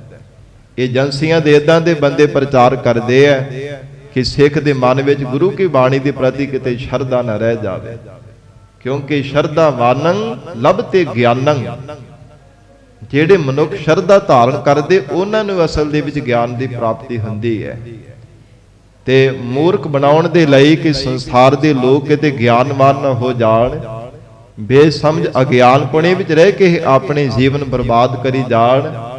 ਜੇ ਇਹਨਾਂ ਨੂੰ ਗਿਆਨ ਪ੍ਰਾਪਤ ਹੋ ਗਿਆ ਤੇ ਸਾਡੀਆਂ ਦੁਕਾਨਾਂ ਫਿਰ ਬੰਦ ਹੋ ਜਾਣੀਆਂ। ਇਸ ਕਰਕੇ ਇਦਾਂ ਦੇ ਜਿਹੜੇ ਏਜੰਸੀਆਂ ਦੇ ਲੋਕ ਬੜਾ ਜ਼ੋਰਦਾਰ ਪ੍ਰਚਾਰ ਕਰਦੇ ਆ ਕਿ ਰਾਗਮਾਲ ਗੁਰੂ ਕੀ ਬਾਣੀ ਨਹੀਂ ਹੈ। ਤੇ ਫਿਰ ਸੰਗਤ ਜੀ ਕਟਾਕਸ਼ ਕਿੱਦਾਂ ਦੇ ਖੜੇ ਕਰਦੇ ਨੇ। ਇਹ ਜੀ ਇਹਦੇ ਵਿੱਚ ਨਾ ਤਾਂ ਮਹੱਲਾ ਸ਼ਬਦ ਆਉਂਦਾ ਤੇ ਨਾ ਨਾਨਕ ਸ਼ਬਦ ਆਉਂਦਾ ਹੈ। ਹੋਰ ਗੁਰਬਾਣੀ ਵਿੱਚ ਸ਼ਬਦਾਂ ਵਿੱਚ ਨਾਨਕ ਪਦ ਬਾਰ-ਬਾਰ ਆਉਂਦਾ ਸਮਾਪਤੀ ਦੇ ਵਿੱਚ। ਤੇ ਜਪਜੀ ਸਾਹਿਬ ਗੁਰਬਾਣੀ ਪੜ੍ਹ ਕੇ ਦੇਖ ਲਓ ਸੰਗਤ ਜੀ, ਅਸੀਂ ਗਉ ਦੇ ਨਾਲ ਪੜ੍ਹਦੇ ਨਹੀਂ, ਵਿਚਾਰਦੇ ਨਹੀਂ, ਤਾਂ ਹੀ ਉਹਨਾਂ ਦੇ ਪਿੱਛੇ ਅਸੀਂ ਭੋਲੇ ਭਾਅ ਸੁਭਾਅ ਉਹਨਾਂ ਦੇ ਮਗਰ ਲੱਗ ਕੇ ਗੁਰੂ ਕੀ ਬਾਣੀ ਦੀ ਸ਼ੰਕੇ ਕਰਨੇ ਸ਼ੁਰੂ ਕਰ ਦਿੰਦੇ ਹਾਂ। ਗੁਰਬਾਣੀ ਨੂੰ ਪੜ੍ਹੀਏ, ਵਿਚਾਰ ਕਰੀਏ ਜਾਂ ਵਿਚਾਰ ਸੁਣੀਏ, ਤਾਂ ਹੀ ਸਾਨੂੰ ਅਕਲ ਆਵੇਗੀ ਨਾ, ਤਾਂ ਹੀ ਸਾਨੂੰ ਸਮਝ ਪਵੇਗੀ ਕਿ ਹਾਂ ਜੇ ਸਤਿਗੁਰੂ ਜੀ ਨੇ ਕਿਹਾ ਗੁਰੂ ਕੀ ਬਾਣੀ ਤੇ ਸਤਿਗੁਰੂ ਜੀ ਦੀ ਹੀ ਬਾਣੀ ਹੈ। ਇੱਕ ਇੱਕ ਅੱਖਰ ਤੇ ਸਾਨੂੰ ਭਰੋਸਾ ਕਰਨਾ ਚਾਹੀਦਾ। ਜਪਜੀ ਸਾਹਿਬ ਬਾਣੀ ਪੜ੍ਹ ਕੇ ਦੇਖ ਲਓ ਕਿੰਨੀਆਂ ਪੌੜੀਆਂ ਜਿਨ੍ਹਾਂ ਵਿੱਚ ਨਾਨਕ ਸ਼ਬਦ ਨਹੀਂ ਆਉਂਦਾ। ਤੇ ਕੀ ਉਹ ਫਿਰ ਮਹਾਰਾਜ ਜੀ ਦੀ ਬਾਣੀ ਨਹੀਂ ਹੈ? ਕਿ ਉਹ ਪੌੜੀਆਂ ਗੁਰੂ ਨਾਨਕ ਦੇਵ ਸਾਹਿਬ ਜੀ ਦੀਆਂ ਉਚਾਰਨ ਕੀਤੀਆਂ ਹੋਈਆਂ ਨਹੀਂ ਹਨ? ਇਹ ਸੰਗਤ ਜੀ ਐਵੇਂ ਬੇਲੋੜੇ ਜੇ ਇਦਾਂ ਦੇ ਕਟਾਕਸ਼ ਬਣਾ ਕਰਕੇ ਸ਼ੰਕੇ ਖੜੇ ਕੀਤੇ ਜਾਂਦੇ ਪੰਥ ਵਿੱਚ ਦੁਬਿਧਾ ਪਾਉਣ ਦੇ ਲਈ। ਪਰ ਸਿੱਖ ਨੇ ਕਦੇ ਇਹਨਾਂ ਦੁਬਿਧਾਵਾਂ ਦਾ ਸ਼ਿਕਾਰ ਨਹੀਂ ਹੋਣਾ। ਸਗੋਂ ਮਹਾਰਾਜ ਜੀ ਦੀ ਗੁਰਬਾਣੀ ਦੇ ਇੱਕ ਓੰਕਾਰ ਤੋਂ ਲੈ ਕੇ 18 10 20 ਤੱਕ ਇੱਕ ਇੱਕ ਅੱਖਰ ਤੇ ਮਨ ਵਿੱਚ ਭਾਵਨਾ ਗੁਰੂ ਸਰੂਪ ਜਾਣ ਕਰਕੇ ਅਦਬ ਸਤਿਕਾਰ ਕਰਨਾ ਚਾਹੀਦਾ ਹੈ। ਤੋ ਗਰੀਬ ਨਵਾਜ ਸਤਿਗੁਰੂ ਜੀ ਉਪਦੇਸ਼ ਦਿੰਦੇ ਆਦ ਪੂਰਨ ਮੱਧ ਪੂਰਨ ਅੰਤ ਪੂਰਨ ਪਰਮੇਸ਼ਰ ਹੈ। ਭਾਵੇਂ ਇੱਕ ਓੰਕਾਰ ਹੈ, ਭਾਵੇਂ ਮੱਧ ਭਾਗ ਦੇ ਵਿੱਚ ਗੁਰਬਾਣੀ ਹੈ, ਭਾਵੇਂ ਸੰਪੂਰਨਤਾ ਤੇ ਰਾਗਮਾਲਾ ਤੇ ਪਵਿੱਤਰ ਗੁਰਬਾਣੀ ਹੈ। ਮਹਾਰਾਜ ਕਹਿੰਦੇ ਇਹਦੇ ਵਿੱਚ ਵੀ ਪ੍ਰਮਾਤਮਾ ਨੂੰ ਪਰਿਪੂਰਵਕ ਜਾਣਨਾ ਚਾਹੀਦਾ ਕਿ ਪ੍ਰਮਾਤਮਾ ਇੱਕ ਇੱਕ ਅੱਖਰ ਦੇ ਵਿੱਚ ਪ੍ਰਮਾਤਮਾ ਆਪ ਸਮਾਇਆ ਹੈ। ਗੁਰਬਾਣੀ ਵੀ ਸਾਖ ਭਰਦੀ ਹੈ ਇਹਨਾਂ ਬਚਨਾਂ ਦੀ ਕਿ ਸੰਸਾਰ ਦੇ ਲੋਕ ਭਾਵੇਂ ਨੂੰ ਗੀਤ ਜਾਂ ਕਵਿਤਾ ਰੂਪ ਦੇ ਵਿੱਚ ਜਾਣਦੇ, ਜਿਹੜੇ ਅਗਿਆਨੀ ਲੋਕ ਹਨ। ਲੋਕ ਜਾਣੈ ਇਹੋ ਗੀਤ ਹੈ, ਇਹੋ ਤਉ ਬ੍ਰਹਮ ਵਿਚਾਰ। ਪਰ ਗੁਰੂ ਅਰਜਨ ਦੇਵ ਸਾਹਿਬ ਮਹਾਰਾਜ ਜੀ ਨੇ ਬਚਨ ਕੀਤਾ, ਕਹਿੰਦੇ ਤਾਂ ਬ੍ਰਹਮ ਦੀ ਵਿਚਾਰ ਹੈ, ਸਾਰੇ ਬ੍ਰਹਮ ਦੀ ਵਿਚਾਰ ਹੈ। ਭਾਵੇਂ ਇੱਕ ਓੰਕਾਰ ਤੋਂ ਲੈ ਕਰਕੇ ਕੋਈ ਵਿਚਾਰ ਕਰਕੇ ਦੇਖ ਲਵੇ 18 10 20 ਤੱਕ ਸਮੁੱਚੀ ਗੁਰਬਾਣੀ ਦੇ ਵਿੱਚ ਕੇਵਲ ਤਾਂ ਕੇਵਲ ਬ੍ਰਹਮ ਦੀ ਵਿਚਾਰ ਹੈ। ਸੱਚੇ ਪਾਤਸ਼ਾਹ ਮਹਾਰਾਜ ਜੀ ਨੇ ਜਦੋਂ ਪੋਥੀਆਂ ਸਾਹਿਬ ਲੈਂਦੀਆਂ ਨਾ ਗੋਇੰਦਵਾਲ ਸਾਹਿਬ ਦੀ ਧਰਤੀ ਤੋਂ, ਬਾਬਾ ਮੋਹਨ ਜੀ ਤੋਂ, ਧੰਨ ਗੁਰੂ ਅਰਜਨ ਦੇਵ ਸਾਹਿਬ ਪਾਤਸ਼ਾਹ ਜੀ ਨੇ 68 ਘਾਟ ਸਾਹਿਬ ਵਾਲੇ ਪਾਵਨ ਅਸਥਾਨ ਤੇ ਗੁਰਬਾਣੀ ਦੀਆਂ ਪੋਥੀਆਂ ਸਾਹਿਬ ਸੁਸ਼ੋਭਿਤ ਕੀਤੀਆਂ ਸਨ। ਮਹਾਰਾਜ ਜੀ ਨੇ ਸ਼ੁਕਰਾਨੇ ਵਜੋਂ ਇਹ ਸ਼ਬਦ ਉਚਾਰਨ ਕੀਤੇ ਸਨ, ਪੀਊ ਦਾਦੇ ਕਾ ਖੋਲ ਡਿੱਠਾ ਖਜ਼ਾਨਾ, ਤਾਂ ਮੇਰਾ ਮਨ ਭਇਆ ਨਿਧਾਨਾ। ਬਹੁਤ ਸਾਰੇ ਸ਼ਬਦ ਮਹਾਰਾਜ ਜੀ ਨੇ ਉਚਾਰਨ ਕੀਤੇ। ਉਸ ਸਮੇਂ ਹੀ ਮਹਾਰਾਜ ਜੀ ਨੇ ਸ਼ਬਦ ਦੀ ਰਚਨਾ ਕੀਤੀ ਸੀ ਕਿ ਸੰਸਾਰ ਦੇ ਲੋਕ ਕਹਿੰਦੇ ਗੀਤ ਹੈ, ਲੋਕ ਜਾਣੈ ਇਹ ਗੀਤ ਹੈ, ਇਹੋ ਤਉ ਬ੍ਰਹਮ ਵਿਚਾਰ। ਪਰ ਇਹ ਤਾਂ ਬ੍ਰਹਮ ਦੀ ਵਿਚਾਰ ਸਿੱਖੋ, ਕਦੇ ਦੇ ਤੇ ਕੋਈ ਕਟਾਕਸ਼ ਨਹੀਂ ਪੈਦਾ ਕਰਨਾ। ਇਸ ਲਈ ਸੰਗਤ ਜੀ ਬੇਨਤੀ ਤਾਂ ਕੀਤੀ ਹੈ ਕਿ ਸਾਨੂੰ ਨਾ ਪਤਾ ਹੋਣੇ ਕਰਕੇ ਆਪਾਂ ਵੀ ਗੁਰਬਾਣੀ ਤੇ ਸ਼ੰਕਾ ਕਰਦੇ ਆ, ਤੇ ਗੁਰਬਾਣੀ ਤੇ ਤਾਂ ਕੀ ਫਿਰ ਆਪਣੇ ਗੁਰੂ ਤੇ ਸ਼ੰਕਾ ਕਰਦੇ ਆ ਨਾ। ਜੇ ਗੁਰਬਾਣੀ ਨੂੰ ਆਪਾਂ ਆਪਣਾ ਗੁਰੂ ਮੰਨਦੇ ਆ, ਬਾਣੀ ਗੁਰੂ, ਗੁਰੂ ਹੈ ਬਾਣੀ, ਵਿੱਚ ਬਾਣੀ ਅੰਮ੍ਰਿਤ ਸਾਰੇ, ਤੇ ਫਿਰ ਆਪਣੇ ਗੁਰੂ ਦੇਵ ਆਪਣੇ ਇਸ਼ਟ ਦੇਵਤੇ ਤੇ ਆਪਾਂ ਸ਼ੰਕਾ ਕਰਦੇ ਆ ਨਾ। ਤੇ ਜਿਹੜਾ ਮਨੁੱਖ ਜ਼ਿੰਦਗੀ ਵਿੱਚ ਆਪਣੇ ਗੁਰੂ ਤੇ ਸ਼ੰਕਾ ਕਰਦਾ ਉਹ ਇੱਕ ਨਹੀਂ ਭਾਵੇਂ ਲੱਖਾਂ ਕਰੋੜਾਂ ਜਨਮ ਵੀ ਧਾਰਨ ਕਰ ਲਵੇ, ਸਾਧ ਸੰਗਤ ਜੀ ਕਦੇ ਨਹੀਂ ਮੁਕਤ ਹੋ ਸਕਦਾ। ਸੰਸਾਰ ਦੇ ਕਿਸੇ ਵੀ ਕੋਨੇ ਤੇ ਚਲਾ ਜਾਵੇ, ਨਹੀਂ ਮੁਕਤੀ ਦੀ ਦਾਤ ਪਾ ਸਕਦਾ ਜਿਹੜਾ ਆਪਣੇ ਗੁਰੂ ਤੇ ਸ਼ੰਕਾ ਕਰਦਾ ਹੈ। ਇਸ ਕਰਕੇ ਸਾਨੂੰ ਸ਼ੰਕਾਵਾਦੀ ਨਹੀਂ ਸਗੋਂ ਸ਼ਰਧਾਵਾਨ ਬਣਨਾ ਚਾਹੀਦਾ ਹੈ। ਸਾਧ ਸੰਗਤ ਜੀ ਤਾਂ ਹੀ ਜੀਵਨ ਦੇ ਵਿੱਚ ਸਾਨੂੰ ਕੁਝ ਪ੍ਰਾਪਤੀ ਹੋ ਸਕੇਗੀ। ਧੰਨ ਗੁਰੂ ਅਰਜਨ ਦੇਵ ਸਾਹਿਬ ਮਹਾਰਾਜ ਹਜੂਰ ਕਹਿੰਦੇ, ਗੁਰਸਿੱਖੋ ਉਹ ਪ੍ਰਮਾਤਮਾ ਸ੍ਰਿਸ਼ਟੀ ਦੇ ਬਣਨੇ ਤੋਂ ਪਹਿਲਾਂ ਵੀ, ਮੱਧ ਵਿੱਚ ਵੀ, ਆਉਣ ਵਾਲੇ ਸਮੇਂ ਵਿੱਚ ਵੀ ਮਹਾਰਾਜ ਕਹਿੰਦੇ ਪ੍ਰਮਾਤਮਾ ਸੱਚਾ ਹੋਵੇਗਾ। ਸਿਮਰੰਤ ਸੰਤ ਸਰਵਤਰ ਰਮਣੰ। ਜਿਹੜੇ ਸ਼ਾਂਤ ਚਿਤ ਸੁਭਾਅ ਵਾਲੇ ਸੰਤ ਪੂਰਨ ਪਦ ਜਿਨ੍ਹਾਂ ਦੀ ਲਈ ਮਹਾਰਾਜ ਜੀ ਨੇ ਸ਼ਬਦ ਵਰਤਿਆ ਹੈ, ਮਹਾਰਾਜ ਕਹਿੰਦੇ ਉਸ ਪਰਮਾਤਮਾ ਦਾ ਸਿਮਰਨ ਕਰਦੇ ਰਹਿੰਦੇ ਨੇ। ਸੰਤ ਮਹਾਂਪੁਰਖ ਪਰਮੇਸ਼ਰ ਦੇ ਪਿਆਰੇ ਪੁਰਖ ਸਰਬਤਰ ਰਮਣੰ, ਇਹ ਮਨ ਵਿੱਚ ਨਿਸ਼ਚਾ ਬਣਾ ਕੇ ਪਰਮਾਤਮਾ ਸਰਬਤਰ ਥਾਵਾਂ ਤੇ ਰਮਿਆ ਹੋਇਆ ਹੈ। ਕੋਈ ਵੀ ਐਸੀ ਸੰਸਾਰ ਦੀ ਥਾਂ ਨਹੀਂ ਜਿੱਥੇ ਪਰਮੇਸ਼ਰ ਦਾ ਸਰੂਪ ਨਾ ਹੋਵੇ। ਸਭ ਥਾਵਾਂ ਤੇ ਥਾਨ ਥਨੰਤਰ ਸਭ ਤੂੰ ਹੈ, ਤੂੰ ਹੈ, ਇਦਾਂ ਦੀ ਮਨ ਵਿੱਚ ਭਾਵਨਾ ਬਣਾ ਕੇ ਮਹਾਰਾਜ ਕਹਿੰਦੇ ਪ੍ਰਮਾਤਮਾ ਦਾ ਸਿਮਰਨ ਕਰਦੇ ਹਨ। ਤੋ ਮਹਾਂਪੁਰਖਾਂ ਦੀ ਸੰਗਤ ਕਰੀਏ ਤੇ ਜੀਵਨ ਦੇ ਵਿੱਚ ਬਹੁਤ ਕੁਝ ਸਿੱਖਣ ਦੀ ਪ੍ਰਾਪਤ ਹੁੰਦਾ ਹੈ। ਇਹੋ ਵਚਨ ਵੀ ਕਈ ਵਾਰ ਮਹਾਂਪੁਰਖ ਕਰਦੇ, ਕਹਿੰਦੇ ਕਿ ਜਦੋਂ ਕਿਤੇ ਕਦਮ ਵੀ ਪੁੱਟਣਾ ਹੋਵੇ ਨਾ, ਮਨ ਵਿੱਚ ਨਿਸ਼ਚਾ ਹੋਵੇ ਕਿ ਮਹਾਰਾਜ ਜੀ ਦੇ ਸਰੂਪ ਦੇ ਵਿੱਚੋਂ, ਪ੍ਰਕਾਸ਼ ਸਰੂਪ ਦੇ ਵਿੱਚੋਂ ਮੈਂ ਲੰਘਦਾ ਪਿਆ ਹਾਂ। ਇੰਨਾ ਭਰੋਸਾ ਹੋਵੇ ਰੱਬ ਦੇ ਉੱਪਰ ਕਿ ਜਿੰਨੀ ਵੀ ਖਾਲੀ ਥਾਂ ਹੈ, ਜਿੰਨੀ ਵੀ ਖਾਲੀ ਸਪੇਸ ਹੈ, ਇਹਦੇ ਵਿੱਚ ਪਰਮਾਤਮਾ ਆਪ ਹੀ ਸਮਾਇਆ ਹੋਇਆ ਹੈ। ਕੋਈ ਵੀ ਐਸੇ ਇੱਕ ਕਿਨਕਾ ਮਾਤਰ, ਇੱਕ ਸੂਈ ਦੇ ਨੱਕੇ ਜਿੰਨਾ ਵੀ ਥਾਂ ਐਸਾ ਨਹੀਂ ਜਿੱਥੇ ਪਰਮਾਤਮਾ ਦਾ ਸਰੂਪ ਨਾ ਹੋਵੇ। ਕਹਿੰਦੇ ਇਦਾਂ ਦੀ ਮਨ ਵਿੱਚ ਭਾਵਨਾ, ਇਦਾਂ ਦਾ ਵਿਸ਼ਵਾਸ ਹੋਵੇ, ਫਿਰ ਸੱਚੇ ਪਾਤਸ਼ਾਹ ਮਹਾਰਾਜ ਕਹਿੰਦੇ ਰੱਬ ਦਾ ਭੈ ਵੀ ਮਨ ਦੇ ਵਿੱਚ ਬਣਿਆ ਰਹਿੰਦਾ ਹੈ। ਫਿਰ ਇੱਕ ਨਾ ਇੱਕ ਦਿਨ ਉਸ ਪ੍ਰਕਾਸ਼ ਸਰੂਪ ਦੇ ਵਿੱਚ ਅਭੇਦ ਵੀ ਹੋ ਜਾਵੇਗਾ ਜੇ ਇਦਾਂ ਦੀ ਮਨ ਵਿੱਚ ਭਾਵਨਾ ਬਣਾ ਕਰਕੇ ਜੀਵਨ ਨਿਰਵਾਹ ਕਰਦਾ ਹੈ। ਤੋ ਹਜੂਰ ਕਹਿੰਦੇ ਇਹ ਰੱਬ ਦੇ ਪਿਆਰਿਆਂ ਦੇ ਹਿੱਸੇ ਆਇਆ ਹੈ। ਸਿਮਰੰਤ ਸੰਤ ਸਰਬਤਰ ਰਮਣੰ। ਮਹਾਰਾਜ ਕਹਿੰਦੇ ਪਰਮੇਸ਼ਰ ਦੇ ਪਿਆਰੇ ਸੰਤ ਮਹਾਂਪੁਰਖ ਜਿਨ੍ਹਾਂ ਪਰਥਾਏ ਮਹਾਰਾਜ ਸਾਹਿਬ ਜੀ ਨੇ ਵਚਨ ਕਹੇ ਹਨ, ਜਿਨ੍ਹਾਂ ਸਾਸ ਗਿਰਾਸ ਨਾ ਵਿਸਰੈ, ਹਰ ਨਾਮਾ ਮਨ ਮੰਤ, ਧਨ ਸੇ ਸੇਈ ਨਾਨਕਾ, ਪੂਰਨ ਸੋਈ ਸੰਤ। ਉਹਨਾਂ ਨੂੰ ਪੂਰਨ ਸੰਤ ਮਹਾਰਾਜ ਸਾਹਿਬ ਜੀ ਨੇ ਗੁਰਬਾਣੀ ਵਿੱਚ ਕਿਹਾ ਹੈ, ਜਿਨ੍ਹਾਂ ਨੂੰ ਸਵਾਸ ਗਿਰਾਸ ਪਰਮੇਸ਼ਰ ਦਾ ਸਿਮਰਨ ਕਦੇ ਵੀ ਵਿਸਰਦਾ ਨਹੀਂ ਹੈ। ਮਹਾਰਾਜ ਕਹਿੰਦੇ ਪ੍ਰਮਾਤਮਾ ਨੂੰ ਸਰਬੱਤਰ ਥਾਵਾਂ ਤੇ ਰਮਿਆ ਹੋਇਆ ਜਾਣ ਕੇ ਉਸ ਪ੍ਰਮਾਤਮਾ ਦਾ ਸਿਮਰਨ ਕਰਦੇ ਹਨ। ਨਾਨਕ ਅਗਨਾਸਨ ਜਗਦੀਸ਼ਰ ਹੈ। ਇਹ ਪਾਠ ਅਗਨਾਸਨ ਨਹੀਂ ਕਰਨਾ, ਅਗਨਾਸਨ ਘੱਗਾ ਇਹਨੂੰ ਭਾਰਾ ਉਚਾਰਨ ਕਰਨਾ ਹੈ, ਤੇ ਨੰਨੇ ਅੱਖਰ ਦਾ ਜਿਹੜਾ ਉਚਾਰਨ ਹੈ ਨਾਸਨ, ਇਹ ਪੋਲਾ ਜਿਹਾ ਉਚਾਰਨ ਕਰਨਾ ਹੈ, ਫਿਰ ਸ਼ੁੱਧ ਉਚਾਰਨ ਹੋਵੇਗਾ। ਨਾਨਕ ਅਗਨਾਸਨ। ਮਹਾਰਾਜ ਸੱਚੇ ਪਾਤਸ਼ਾਹ ਕਹਿੰਦੇ ਪਰਮੇਸ਼ਰ ਦਾ ਜੋ ਨਾਮ ਹੈ, ਜਗਤ ਦੇ ਈਸ਼ਰ ਮਾਲਕ ਅਕਾਲ ਪੁਰਖ ਪਰਮੇਸ਼ਰ ਦਾ ਜੋ ਪਰਮ ਨਾਮ, ਰੱਬ ਦਾ ਸਿਮਰਨ ਕਰਨਾ ਹੈ, ਇਹ ਅਗ ਜਿਹੜੇ ਬੱਜਰ ਪਾਪ ਹੈ ਨਾ, ਉਹਨਾਂ ਨੂੰ ਨਾਸਨ ਨਾਸ ਕਰਨ ਵਾਲਾ ਹੈ। ਅਨੇਕਾਂ ਕੀਤੇ ਹੋ ਪੂਰਬਲੇ ਜਨਮਾਂ ਦੇ ਪਾਪ, ਫਿਰ ਐਸ ਜਨਮ ਦੇ ਵਿੱਚ ਕੀਤੀਆਂ ਹੋਈਆਂ ਭੁੱਲਾਂ, ਜ਼ਿੰਦਗੀ ਵਿੱਚ ਕੀਤੇ ਹੋਏ ਗੁਨਾਹ, ਸਭ ਨੂੰ ਮਹਾਰਾਜ ਕਹਿੰਦੇ ਬਖਸ਼ਾਉਣ ਵਾਲਾ ਪਰਮਾਤਮਾ ਦਾ ਨਾਮ ਹੈ। ਕੀਤੇ ਹੋ ਮਾੜੇ ਕਰਮਾਂ ਦਾ, ਬੱਜਰ ਪਾਪ ਕਰਮਾਂ ਨੂੰ ਨਸ਼ਟ ਕਰਨ ਵਾਲਾ ਪਰਮੇਸ਼ਰ ਦਾ ਨਾਮ ਹੈ। ਐਸੇ ਪਰਮੇਸ਼ਰ ਦਾ ਨਾਮ ਹੀ ਮਹਾਰਾਜ ਕਹਿੰਦੇ ਰੱਬ ਦੇ ਪਿਆਰੇ ਸਿਮਰਦੇ ਹਨ। ਵੇਖਣ ਸੁਣਨ ਸੁਨਾਵਨ। ਹਜੂਰ ਕਹਿੰਦੇ ਉਹ ਪਰਮਾਤਮਾ ਸਭ ਥਾਵਾਂ ਤੇ ਵੇਖਣ, ਸਭ ਨੂੰ ਦੇਖਦਾ ਪਿਆ।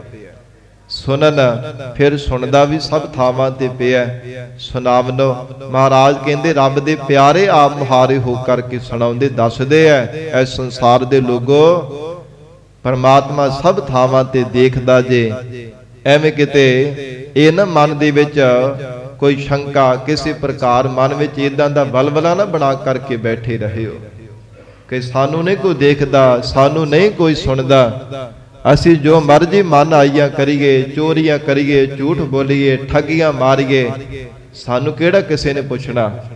ਪਰ ਨਹੀਂ, ਮਹਾਰਾਜ ਕਹਿੰਦੇ ਰੱਬ ਦੇ ਪਿਆਰੇ ਹੋਕਾ ਦਿੰਦੇ ਆ, ਨਹੀਂ ਸੰਸਾਰ ਦੇ ਲੋਗੋ ਪਰਮਾਤਮਾ ਹਰ ਸਮੇਂ ਦੇਖਦਾ ਜੇ, ਹਰ ਸਮੇਂ ਸੁਣਦਾ ਜੇ, ਹਰ ਸਮੇਂ ਸਾਧ ਸੰਗਤ ਜੀ ਉਹ ਪਰਮਾਤਮਾ ਸਾਡੀਆਂ ਕਰਮ ਕਰਤੂਤਾਂ ਨੂੰ ਦੇਖਦਾ ਸੁਣਦਾ ਰਹਿੰਦਾ ਹੈ। ਜਿੱਦਾਂ ਦੇ ਅਸੀਂ ਚੰਗੇ ਮੰਦੇ ਕਰਮ ਕਰਦੇ ਹਾਂ, ਮਹਾਰਾਜ ਕਹਿੰਦੇ ਵੇਖਣ ਸੁਣਨ ਸੁਨਾਵਨੋ, ਅਥਵਾ ਹਜੂਰ ਕਹਿੰਦੇ ਹੈ ਜੀਵਾ, ਜੇ ਦੇਖਣਾ ਹੈ ਨਾ, ਇਹ ਮਨ ਵਿੱਚ ਭਾਵਨਾ ਬਣਾ ਕੇ ਨਾ ਨੇਤਰਾ ਰੂਪ ਹੋ ਕੇ ਪ੍ਰਮਾਤਮਾ ਆਪ ਹੀ ਦੇਖਦਾ ਪਿਆ ਹੈ।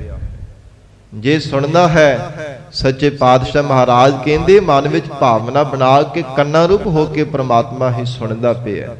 ਸੁਨਾਵਨੋ, ਜੇ ਕਿਸੇ ਨੂੰ ਸੁਣਾਉਣਾ ਹੈ, ਕੁਝ ਸ਼ਬਦ ਬੋਲਣਾ ਹੈ, ਫਿਰ ਮਨ ਵਿੱਚ ਭਾਵਨਾ ਬਣਾ ਕੇ ਰਸਨਾ ਰੂਪ ਹੋ ਕੇ ਪ੍ਰਮਾਤਮਾ ਆਪ ਬੋਲਦਾ ਹੈ। ਜਿਵੇਂ ਗੁਰਬਾਣੀ ਵਿੱਚ ਸਤਿਗੁਰੂ ਜੀ ਨੇ ਬਚਨ ਕਹੇ ਆ ਨਾ, ਜਿਉ ਬੋਲਾਵੇ ਤਿਉ ਬੋਲਹਿ ਸੁਆਮੀ, ਕੁਦਰਤ ਕਵਨ ਹਮਾਰੀ। ਸੱਚੇ ਪਾਤਸ਼ਾਹ ਸਾਡੀ ਕੀ ਕੁਦਰਤ ਹੈ ਮਹਾਰਾਜ ਜੀ, ਸਾਡਾ ਕੀ ਬਲ ਹੈ, ਸਾਡੀ ਕੀ ਸ਼ਕਤੀ ਹੈ ਮਹਾਰਾਜ। ਸਾਡਾ ਕੋਈ ਬਲ ਨਹੀਂ, ਸਾਡੀ ਕੋਈ ਸ਼ਕਤੀ ਨਹੀਂ, ਸਾਡੇ ਵਿੱਚ ਕੋਈ ਬੋਲਣ ਦੀ ਸਮਰੱਥਾ ਨਹੀਂ ਹੈ। ਆਪ ਹੀ ਮਹਾਰਾਜ ਕਿਰਪਾ ਕਰਕੇ ਬੋਲਣ ਵਾਲੇ ਹੋ। ਸੱਚੇ ਪਾਤਸ਼ਾਹ ਆਪ ਤਾਂ ਗੂੰਗਿਆਂ ਨੂੰ ਵੀ ਬੁਲਾ ਦਿੰਦੇ ਹੋ, ਇੰਨੇ ਮਹਿੰਗੇ ਅਰਥ ਕਰ ਦਿੰਦੇ। ਸੱਚੇ ਪਾਤਸ਼ਾਹ ਕਰਵਾਉਣ ਵਾਲੇ ਹੋ। ਹੇ ਗਰੀਬ ਨਵਾਜ, ਸਾਰੇ ਆਪ ਜੀ ਦੀ ਪਰਮ ਵਡਿਆਈ ਹੈ। ਕਹੋ ਨਾਨਕ ਸਭ ਤੇਰੀ ਵਡਿਆਈ। ਮਹਾਰਾਜ ਸਾਰੀਆਂ ਆਪ ਜੀ ਦੀਆਂ ਪਰਮ ਵਡਿਆਈਆਂ ਨੇ। ਐਸਾ ਮਹਾਰਾਜ ਕਹਿੰਦੇ ਮਨ ਵਿੱਚ ਨਿਸ਼ਚਾ ਹੋਣਾ ਚਾਹੀਦਾ ਹੈ। ਮਨ ਮਹਿ ਦ੍ਰਿੜੀਐ ਸਾਚ। ਅਤੇ ਮਨ ਨੂੰ ਵੀ ਕਦੇ ਵਿਹਲਾ ਨਹੀਂ ਛੱਡਣਾ ਚਾਹੀਦਾ।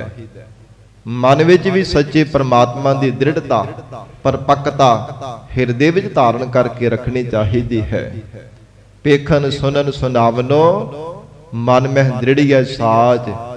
ਮਨ ਵਿੱਚ ਪੱਕਾ ਦ੍ਰਿੜਤਾ ਹੋਵੇ, ਵਿਸ਼ਵਾਸ ਹੋਵੇ ਕਿ ਮੇਰੇ ਮਨ ਹਿਰਦੇ ਵਿੱਚ ਪਰਮਾਤਮਾ ਬੈਠ ਕਰਕੇ ਕਦੇ ਅੱਖਾਂ ਰੂਪ ਹੋ ਕਰਕੇ ਦੇਖਦਾ ਹੈ, ਕੰਨਾਂ ਰੂਪ ਹੋ ਕਰਕੇ ਸੁਣਦਾ ਪਿਆ, ਜ਼ੁਬਾਨ ਰਸਨਾ ਰੂਪ ਹੋ ਕਰਕੇ ਬੋਲਦਾ ਹੈ। ਸੱਚੇ ਪਾਤਸ਼ਾਹ ਮਹਾਰਾਜ ਕਹਿੰਦੇ ਇਦਾਂ ਦੀ ਮਨ ਵਿੱਚ ਭਾਵਨਾ ਬਣਾ ਕੇ ਰੱਖ। ਪੂਰ ਰਹਿਓ ਸਰਬੱਤਰ ਮੈਂ। ਉਹ ਪਰਮਾਤਮਾ ਸਰਬੱਤਰ ਜੀਵਾਂ ਦੇ ਵਿੱਚ ਪਰਿਪੂਰਵਕ ਹੋ ਰਿਹਾ ਹੈ। ਸਰਬੱਤਰ ਥਾਵਾਂ ਤੇ ਪਰਮਾਤਮਾ ਵਰਤ ਰਿਹਾ ਹੈ। ਸਭ ਥਾਵਾਂ ਤੇ ਮਹਾਰਾਜ ਕਹਿੰਦੇ ਪਰਮੇਸ਼ਰ ਆਪ ਹੀ ਸਰਬ ਵਿਆਪਕ ਰੂਪ ਹੋ ਕੇ ਵਰਤਦਾ ਹੈ। ਨਾਨਕ ਹਰ ਰੰਗ ਰਾਚ। ਧੰਨ ਗੁਰੂ ਅਰਜਨ ਦੇਵ ਸਾਹਿਬ ਜੀ ਮਹਾਰਾਜ ਉਚਾਰਨ ਕਰਦੇ ਹਨ, ਹੇ ਗੁਰਸਿੱਖੋ, ਉਸ ਪਰਮਾਤਮਾ ਦੇ ਰੰਗ ਪਿਆਰ ਦੇ ਵਿੱਚ ਰਚੇ ਰਹਿਣਾ ਕਰੋ। ਨਾਨਕ ਹਰ ਰੰਗ ਰਾਜ। ਹੇ ਜੀਵ, ਉਸ ਪਰਮਾਤਮਾ ਦੇ ਪ੍ਰੇਮ ਰੰਗ ਦੇ ਵਿੱਚ ਆਪਣੇ ਮਨ ਨੂੰ ਰਚਾ ਕਰਕੇ ਰੱਖ। ਐਵੇਂ ਦੁਨੀਆ ਦੇ ਰੰਗਾਂ ਦੇ ਵਿੱਚ ਆਪਣੇ ਮਨ ਨੂੰ ਰੰਗੀ ਰੱਖਦਾ ਹੈ, ਜਿਹੜੇ ਰੰਗ ਥੋੜੇ ਸਮੇਂ ਬਾਅਦ ਫਿੱਕੇ ਪੈ ਜਾਂਦੇ ਐ, ਜਿਨ੍ਹਾਂ ਦਾ ਵਜੂਦ ਹੀ ਕੋਈ ਨਹੀਂ ਹੈ, ਜਿਨ੍ਹਾਂ ਦਾ ਪਤਾ ਹੀ ਕੋਈ ਨਹੀਂ ਹੈ ਕਿਹੜੇ ਵੇਲੇ ਉਹਨਾਂ ਨੇ ਫਿੱਕੇ ਪੈ ਜਾਣਾ, ਕਿਹੜੇ ਵੇਲੇ ਉਹਨਾਂ ਦਾ ਰੰਗ ਲਹਿ ਜਾਣਾ। ਮਹਾਰਾਜ ਸੱਚੇ ਪਾਤਸ਼ਾਹ ਕਹਿੰਦੇ ਉਹਨਾਂ ਸੰਸਾਰ ਦੇ ਸੁੱਖਾਂ, ਵਿਸ਼ੇ ਸੁੱਖਾਂ ਦੇ ਰੰਗਾਂ ਨੂੰ ਛੱਡ ਕੇ ਨਾਨਕ ਹਰ ਰੰਗ ਰਾਜ। ਰਮੇ ਹੋਏ ਰਮੰਤੀ ਅਕਾਲ ਪੁਰਖ ਵਾਹਿਗੁਰੂ ਜੀ ਦੀ ਪ੍ਰੇਮ ਰੰਗ ਦੇ ਵਿੱਚ ਆਪਣੇ ਮਨ ਨੂੰ ਹਰ ਵੇਲੇ ਰੰਗ ਰੀਨ ਕਰਕੇ ਰੱਖਿਆ ਕਰ। ਪੌੜੀ ਹਰ ਏਕ ਨਿਰੰਜਨ ਗਾਈਐ। ਪੌੜੀ ਅੰਦਰ ਹੁਣ ਗੁਰੂ ਅਰਜਨ ਦੇਵ ਸਾਹਿਬ ਜੀ ਮਹਾਰਾਜ ਉਪਦੇਸ਼ ਦਿੰਦੇ ਹਨ, ਐ ਗੁਰਸਿੱਖੋ, ਹਰੀ ਅਕਾਲ ਪੁਰਖ ਵਾਹਿਗੁਰੂ ਪਰਮੇਸ਼ਰ ਇੱਕ ਹੈ, ਸਦੀਵੀ ਕਾਲ ਜੋ ਰਹਿਣ ਵਾਲਾ। ਮਹਾਰਾਜ ਕਹਿੰਦੇ ਉਸ ਇੱਕ ਅਕਾਲ ਪੁਰਖ ਪਰਮਾਤਮਾ ਨੂੰ ਗਾਉਣਾ ਚਾਹੀਦਾ ਹੈ। ਸਭ ਅੰਤਰ ਸੋਈ। ਜਿਹੜਾ ਪਰਮਾਤਮਾ ਸਰਬ ਜੀਵਾਂ ਦੇ ਅੰਦਰ ਵਰਤਦਾ ਹੈ, ਸੋਈ ਮਹਾਰਾਜ ਕਹਿੰਦੇ ਉਹ ਹੀ ਸੱਚਾ ਹੈ। ਸੋਈ ਉਸੇ ਅਕਾਲ ਪੁਰਖ ਪਰਮਾਤਮਾ ਨੂੰ ਗਾਇਆ ਕਰ ਜਿਹੜਾ ਸਰਬ ਜੀਵਾਂ ਦੇ ਅੰਦਰ ਹੈ। ਐ ਜੀਵ, ਤੇਰੇ ਅੰਦਰ ਵੀ ਜੋਤ ਰੂਪ ਹੋ ਕੇ ਪ੍ਰਕਾਸ਼ ਕਰਦਾ ਹੈ, ਉਸ ਪਰਮਾਤਮਾ ਦੇ ਗੁਣ ਗਾਇਆ ਕਰ। ਕਾਰਨ ਕਾਰਨ ਸਮਰੱਥ ਪ੍ਰਭ। ਫਿਰ ਸ੍ਰਿਸ਼ਟੀ ਨੂੰ ਪੈਦਾ ਕਰਨ ਵਾਲਾ ਮਹਾਰਾਜ ਕਹਿੰਦੇ ਕਾਰਨ ਰੂਪ ਹੀ ਆਪ ਹੈ ਤੇ ਪੈਦਾ ਕਰਨ ਵਾਲਾ ਵੀ ਪਰਮਾਤਮਾ ਆਪ ਹੈ। ਸਰਬ ਜੀਵਾਂ ਨੂੰ ਪੈਦਾ ਵੀ ਆਪ ਕਰਦਾ ਹੈ, ਪਰਵਰਿਸ਼ ਵੀ ਆਪ ਕਰਦਾ ਹੈ, ਜੀਵਾਂ ਦੀ ਲੈਤਾ ਵੀ ਪਰਮਾਤਮਾ ਆਪ ਹੀ ਕਰਦਾ ਹੈ। ਇਸ ਲਈ ਉਸ ਪਰਮੇਸ਼ਰ ਨੂੰ ਕਰਤਾ ਵੀ ਆਪ ਹੈ, ਭਰਤਾ ਵੀ ਆਪ ਹੈ, ਹਰਤਾ ਵੀ ਆਪ ਹੈ ਕਿਹਾ ਜਾਂਦਾ ਹੈ। ਮਹਾਰਾਜ ਸੱਚੇ ਪਾਤਸ਼ਾਹ ਕਹਿੰਦੇ ਜੀਵ ਕਰਨ ਕਾਰਨ ਸਮਰੱਥ ਪ੍ਰਭ। ਕਿਸੇ ਨੇ ਅਗਿਆਨ ਨੂੰ ਸ੍ਰਿਸ਼ਟੀ ਦੀ ਉਤਪਤੀ ਮੰਨਿਆ, ਕਿਸੇ ਨੇ ਸਾਧ ਸੰਗਤ ਜੀ ਕਿਸੇ ਤਰ੍ਹਾਂ ਦਾ ਕਾਰਨ ਮੰਨਿਆ, ਕਿਸੇ ਨੇ ਕਿਸੇ ਪ੍ਰਕਾਰ ਦਾ ਕਾਰਨ ਮੰਨਿਆ ਹੈ। ਪਰ ਮਹਾਰਾਜ ਕਹਿੰਦੇ ਕਰਨ ਵਾਲਾ ਤੇ ਕਾਰਨ ਰੂਪ ਵੀ ਪਰਮਾਤਮਾ ਆਪ ਹੈ, ਜੋ ਸਰਬ ਕਲਾ ਸਮਰੱਥ ਹੈ। ਜੋ ਕਰੇ ਸੋ ਹੋਈ। ਜੋ ਕੁਝ ਪਰਮਾਤਮਾ ਨੂੰ ਭਾਉਂਦਾ ਹੈ ਉਹ ਕੁਝ ਹੀ ਮਹਾਰਾਜ ਕਹਿੰਦੇ ਸੰਸਾਰ ਦੇ ਵਿੱਚ ਹੁੰਦਾ ਹੈ। ਜੋ ਕੁਝ ਕਰਨਾ ਚਾਹੁੰਦਾ ਸੀ ਉਸੇ ਤਰ੍ਹਾਂ ਹੁੰਦਾ ਸੀ। ਜੋ ਕਰਨਾ ਚਾਹੁੰਦਾ ਹੈ ਹੋ ਰਿਹਾ ਹੈ, ਤੇ ਆਉਣ ਵਾਲੇ ਸਮੇਂ ਵਿੱਚ ਜੋ ਕਰਨਾ ਚਾਹੇਗਾ ਉਵੇਂ ਹੀ ਮਹਾਰਾਜ ਕਹਿੰਦੇ ਹੋਵੇਗਾ, ਜਿਵੇਂ ਪਰਮਾਤਮਾ ਨੂੰ ਭਾਵਦਾ ਹੈ। ਜੀਵ ਭਾਵੇਂ ਲੱਖਾਂ ਯਤਨ ਕਰਦਾ, ਬੜੇ ਬੜੇ ਕਿੰਨੇ ਕਿੰਨੇ ਵਿਚਾਰ ਵੀ, ਮਸ਼ਵਰੇ ਵੀ, ਸਲਾਹ ਕਰਦਾ, ਪਰ ਮਹਾਰਾਜ ਕਹਿੰਦੇ ਹੁੰਦਾ ਉਹ ਕੁਝ ਜੋ ਪਰਮੇਸ਼ਰ ਨੂੰ ਭਾਉਂਦਾ ਹੈ। ਪਹਿਲਾਂ ਵੀ ਹੁੰਦਾ ਸੀ, ਹੁਣ ਵੀ ਹੋ ਰਿਹਾ ਹੈ, ਆਉਣ ਵਾਲੇ ਸਮੇਂ ਵਿੱਚ ਵੀ ਹੋਵੇਗਾ।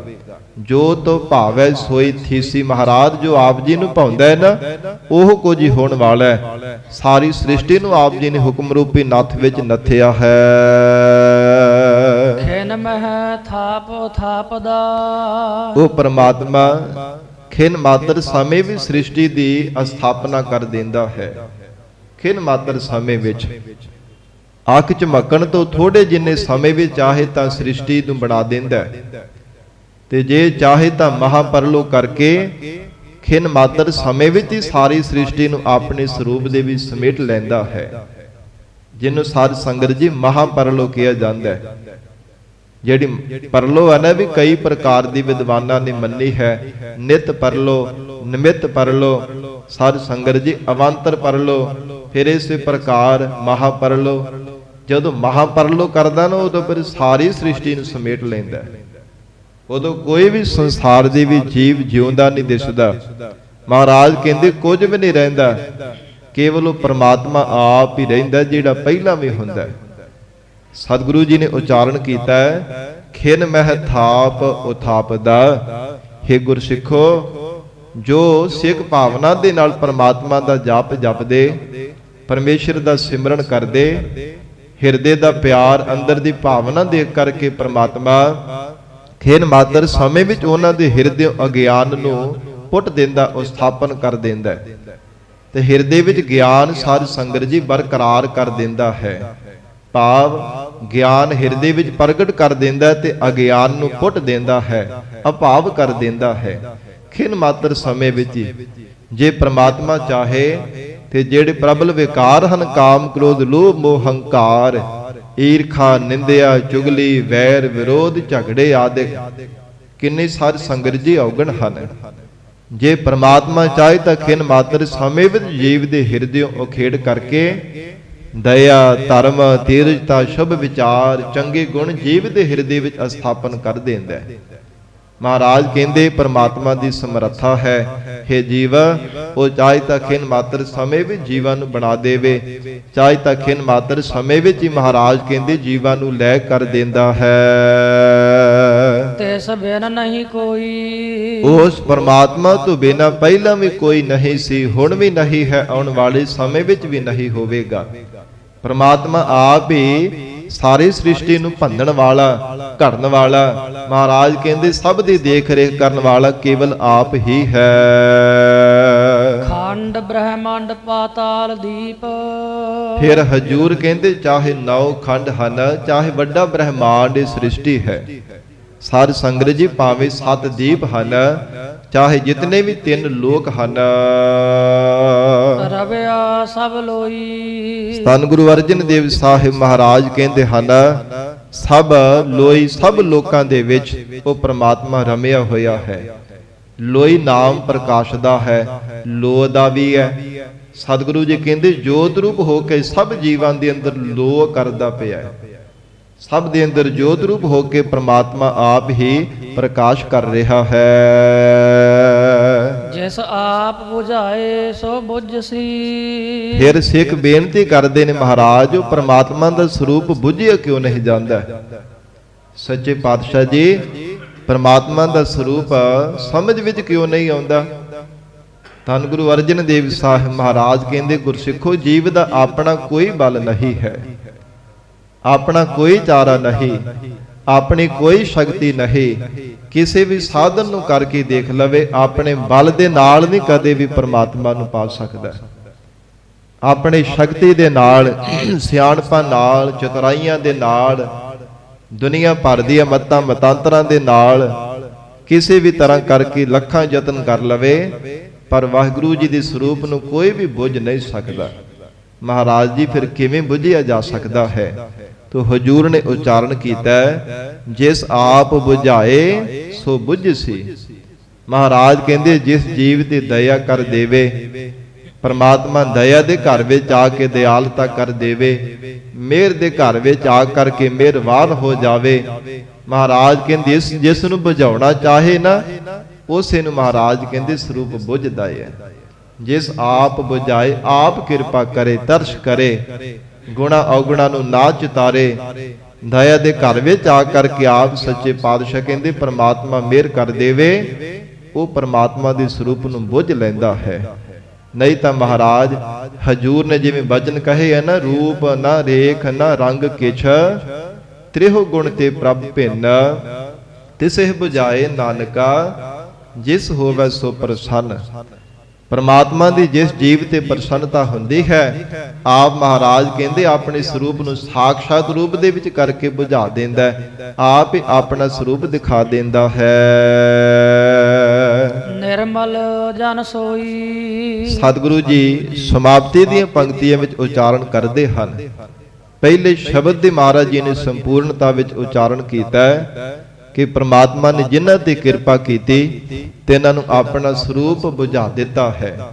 ਮਹਾਰਾਜ ਕਹਿੰਦੇ ਨਿਰਮਲ ਜੀਵਨ ਵਾਲੇ ਉਹ ਗੁਰਮੁਖ ਹਨ, ਨਿਰਮਲ ਜਨ ਸੋਈ, ਉਹਨਾਂ ਦਾ ਜੀਵਨ ਉਜਲ ਹੈ। ਸੱਚੇ ਪਾਤਸ਼ਾਹ ਮਹਾਰਾਜ ਕਹਿੰਦੇ ਉਹਨਾਂ ਦਾ ਕਿਰਦਾਰ ਵੀ ਉੱਚਾ ਸੁੱਚਾ ਹੈ, ਉਹਨਾਂ ਦਾ ਹਿਰਦਾ ਵੀ ਮਹਾਰਾਜ ਕਹਿੰਦੇ ਨਿਰਮਲ ਹੈ। ਜਿਨ੍ਹਾਂ ਤੇ ਅਕਾਲ ਪੁਰਖ ਪ੍ਰਮਾਤਮਾ ਨੇ ਕਿਰਪਾ ਕੀਤੀ ਹੈ, ਹਿਰਦੇ ਦੀ ਨਿਰਮਲਤਾ ਦੇਖ ਕਰਕੇ ਅਕਾਲ ਪੁਰਖ ਵਾਹਿਗੁਰੂ ਪ੍ਰਮਾਤਮਾ ਜੀ ਨੇ ਆਪਣਾ ਸਰੂਪ ਤਿਨਾਂ ਨੂੰ ਬੁਝਾ ਦਿੱਤਾ ਹੈ, ਕਿਉਂਕਿ ਪ੍ਰਮਾਤਮਾ ਦਾ ਸਰੂਪ ਵੀ ਨਿਰਮਲ ਹੈ। ਜੇ ਹਿਰਦਾ ਰੂਪੀ ਸ਼ੀਸ਼ਾ ਨਿਰਮਲ ਹੋ ਜਾਵੇ ਫਿਰ ਸੰਗਤ ਜੀ ਜੀਵ ਨੂੰ ਸਵੈ ਸਰੂਪ ਨਜ਼ਰ ਆਉਣ ਲੱਗ ਪੈਂਦਾ ਹੈ। ਜਿਵੇਂ ਸ਼ੀਸ਼ਾ ਜਿਵੇਂ ਦਰਪਣ ਹੁੰਦਾ ਹੈ, ਉਹ ਧੁੰਦਲਾ ਹੋਵੇ, ਉਹਦੇ ਉੱਪਰ ਘੱਟਾ ਮਿੱਟੀ ਜੰਮਿਆ ਹੋਵੇ, ਗੰਦਗੀ ਲੱਗੀ ਹੋਵੇ, ਕਾਲਖ ਦੇ ਧੱਬੇ ਪਏ ਹੋਣ, ਤੇ ਸੰਗਤ ਜੀ ਆਪਣਾ ਸਰੂਪ ਨਹੀਂ ਅਸੀਂ ਉਹਦੇ ਵਿੱਚ ਦੇਖ ਸਕਦੇ। ਇਸੇ ਤਰ੍ਹਾਂ ਮਹਾਰਾਜ ਕਹਿੰਦੇ ਹਿਰਦਾ ਵੀ ਇੱਕ ਸ਼ੀਸ਼ੇ ਦੀ ਤਰ੍ਹਾਂ ਹੈ। ਜਦੋਂ ਤੱਕ ਔਗਣਾ ਰੂਪੀ ਧੱਬੇ ਪਏ ਰਹਿੰਦੇ ਐ, ਸਾਧ ਸੰਗਤ ਜੀ ਵਿਕਾਰਾਂ ਦੀ ਕਾਲਖ ਲੱਗੀ ਰਹਿੰਦੀ ਹੈ, ਵਾਸ਼ਨਾਵਾਂ ਰੂਪੀ ਮਿੱਟੀ ਇਹਦੇ ਉੱਪਰ ਜੰਮੀ ਰਹਿੰਦੀ ਹੈ, ਉਦੋਂ ਤੱਕ ਕਦੇ ਵੀ ਆਪਣਾ ਸਰੂਪ ਰੂਪੀ ਚਿਹਰਾ ਨਹੀਂ ਇਹਦੇ ਵਿੱਚ ਦੇਖਿਆ ਜਾ ਸਕਦਾ।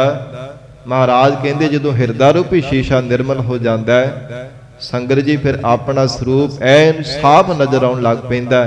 ਹੇ ਮਨਾ, ਤੂੰ ਤਾਂ ਪਰਮਾਤਮਾ ਦੀ ਅੰਸ਼ ਹੈ।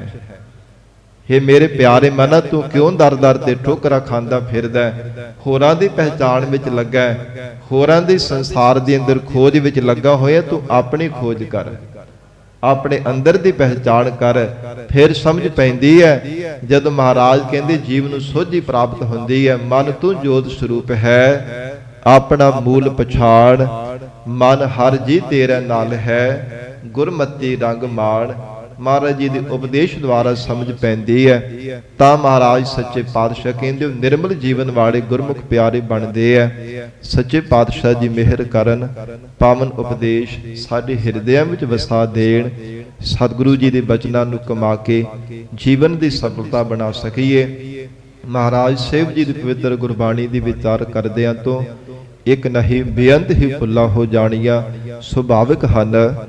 ਧੰਨ ਸ੍ਰੀ ਗੁਰੂ ਗ੍ਰੰਥ ਸਾਹਿਬ ਜੀ ਮਹਾਰਾਜ ਆਪ ਸੰਗਤ ਬਖਸ਼ਣਹਾਰ ਹੋ, ਅਗਾਹ ਵਾਸਤੇ ਅਸੀਸ ਪਿਆਰ ਬਖਸ਼ਿਸ਼ ਕਰਨਾ ਜੀ। ਦੇਹੋ ਸੱਜਣ ਅਸੀਸੜੀਆ, ਜਿਉ ਹੋਵੈ ਸਾਹਿਬ ਸਿਓ ਮੇਲ। ਖੰਡ ਬ੍ਰਹਮੰਡ ਪਾਤਾਲ ਦੀਪ, ਰਵਿਆ ਸਭ ਲੋਈ, ਜਿਸ ਆਪ ਬੁਝਾਏ ਸੋ ਬੁਝਸੀ, ਨਿਰਮਲ ਜਨ ਸੋਈ।